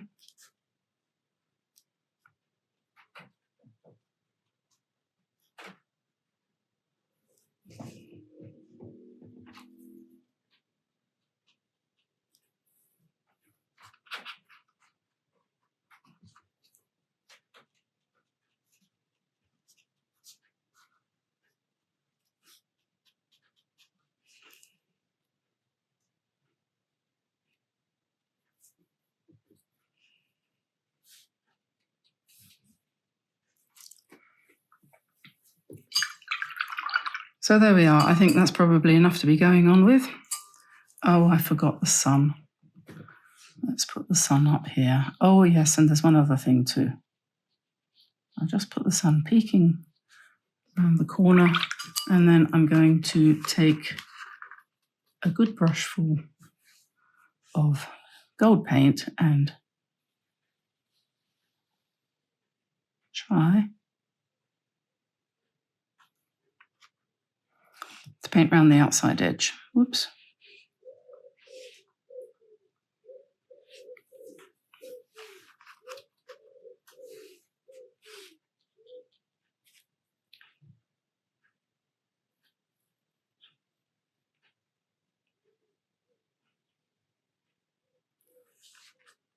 Doesn't have to be dead straight.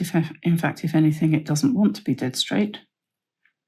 But just try and keep it more or less the same thickness all the way up.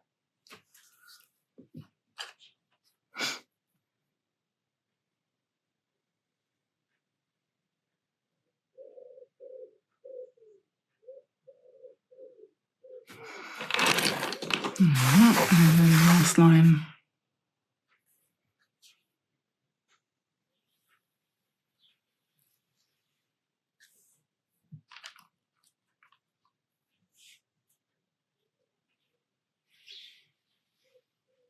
If you want it straight, really straight, then probably the best thing to do is use a ruler. But I didn't really want it straight.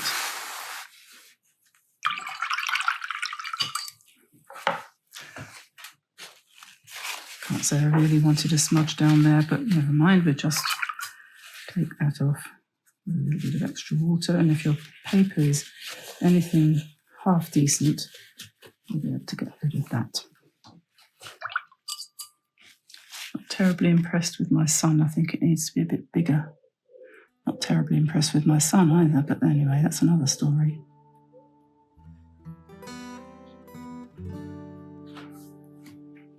Right, well, there we are. That's the end of that. Hope you enjoyed that. Give it a try. It's something different. Test out your paints like I have these Kuretake ones, and I wouldn't try to persuade you not to buy those if you ever wanted to get a set of those. They're not at all bad. So I'll let you go, and I'll see you again soon. Bye now, everybody. Bye now.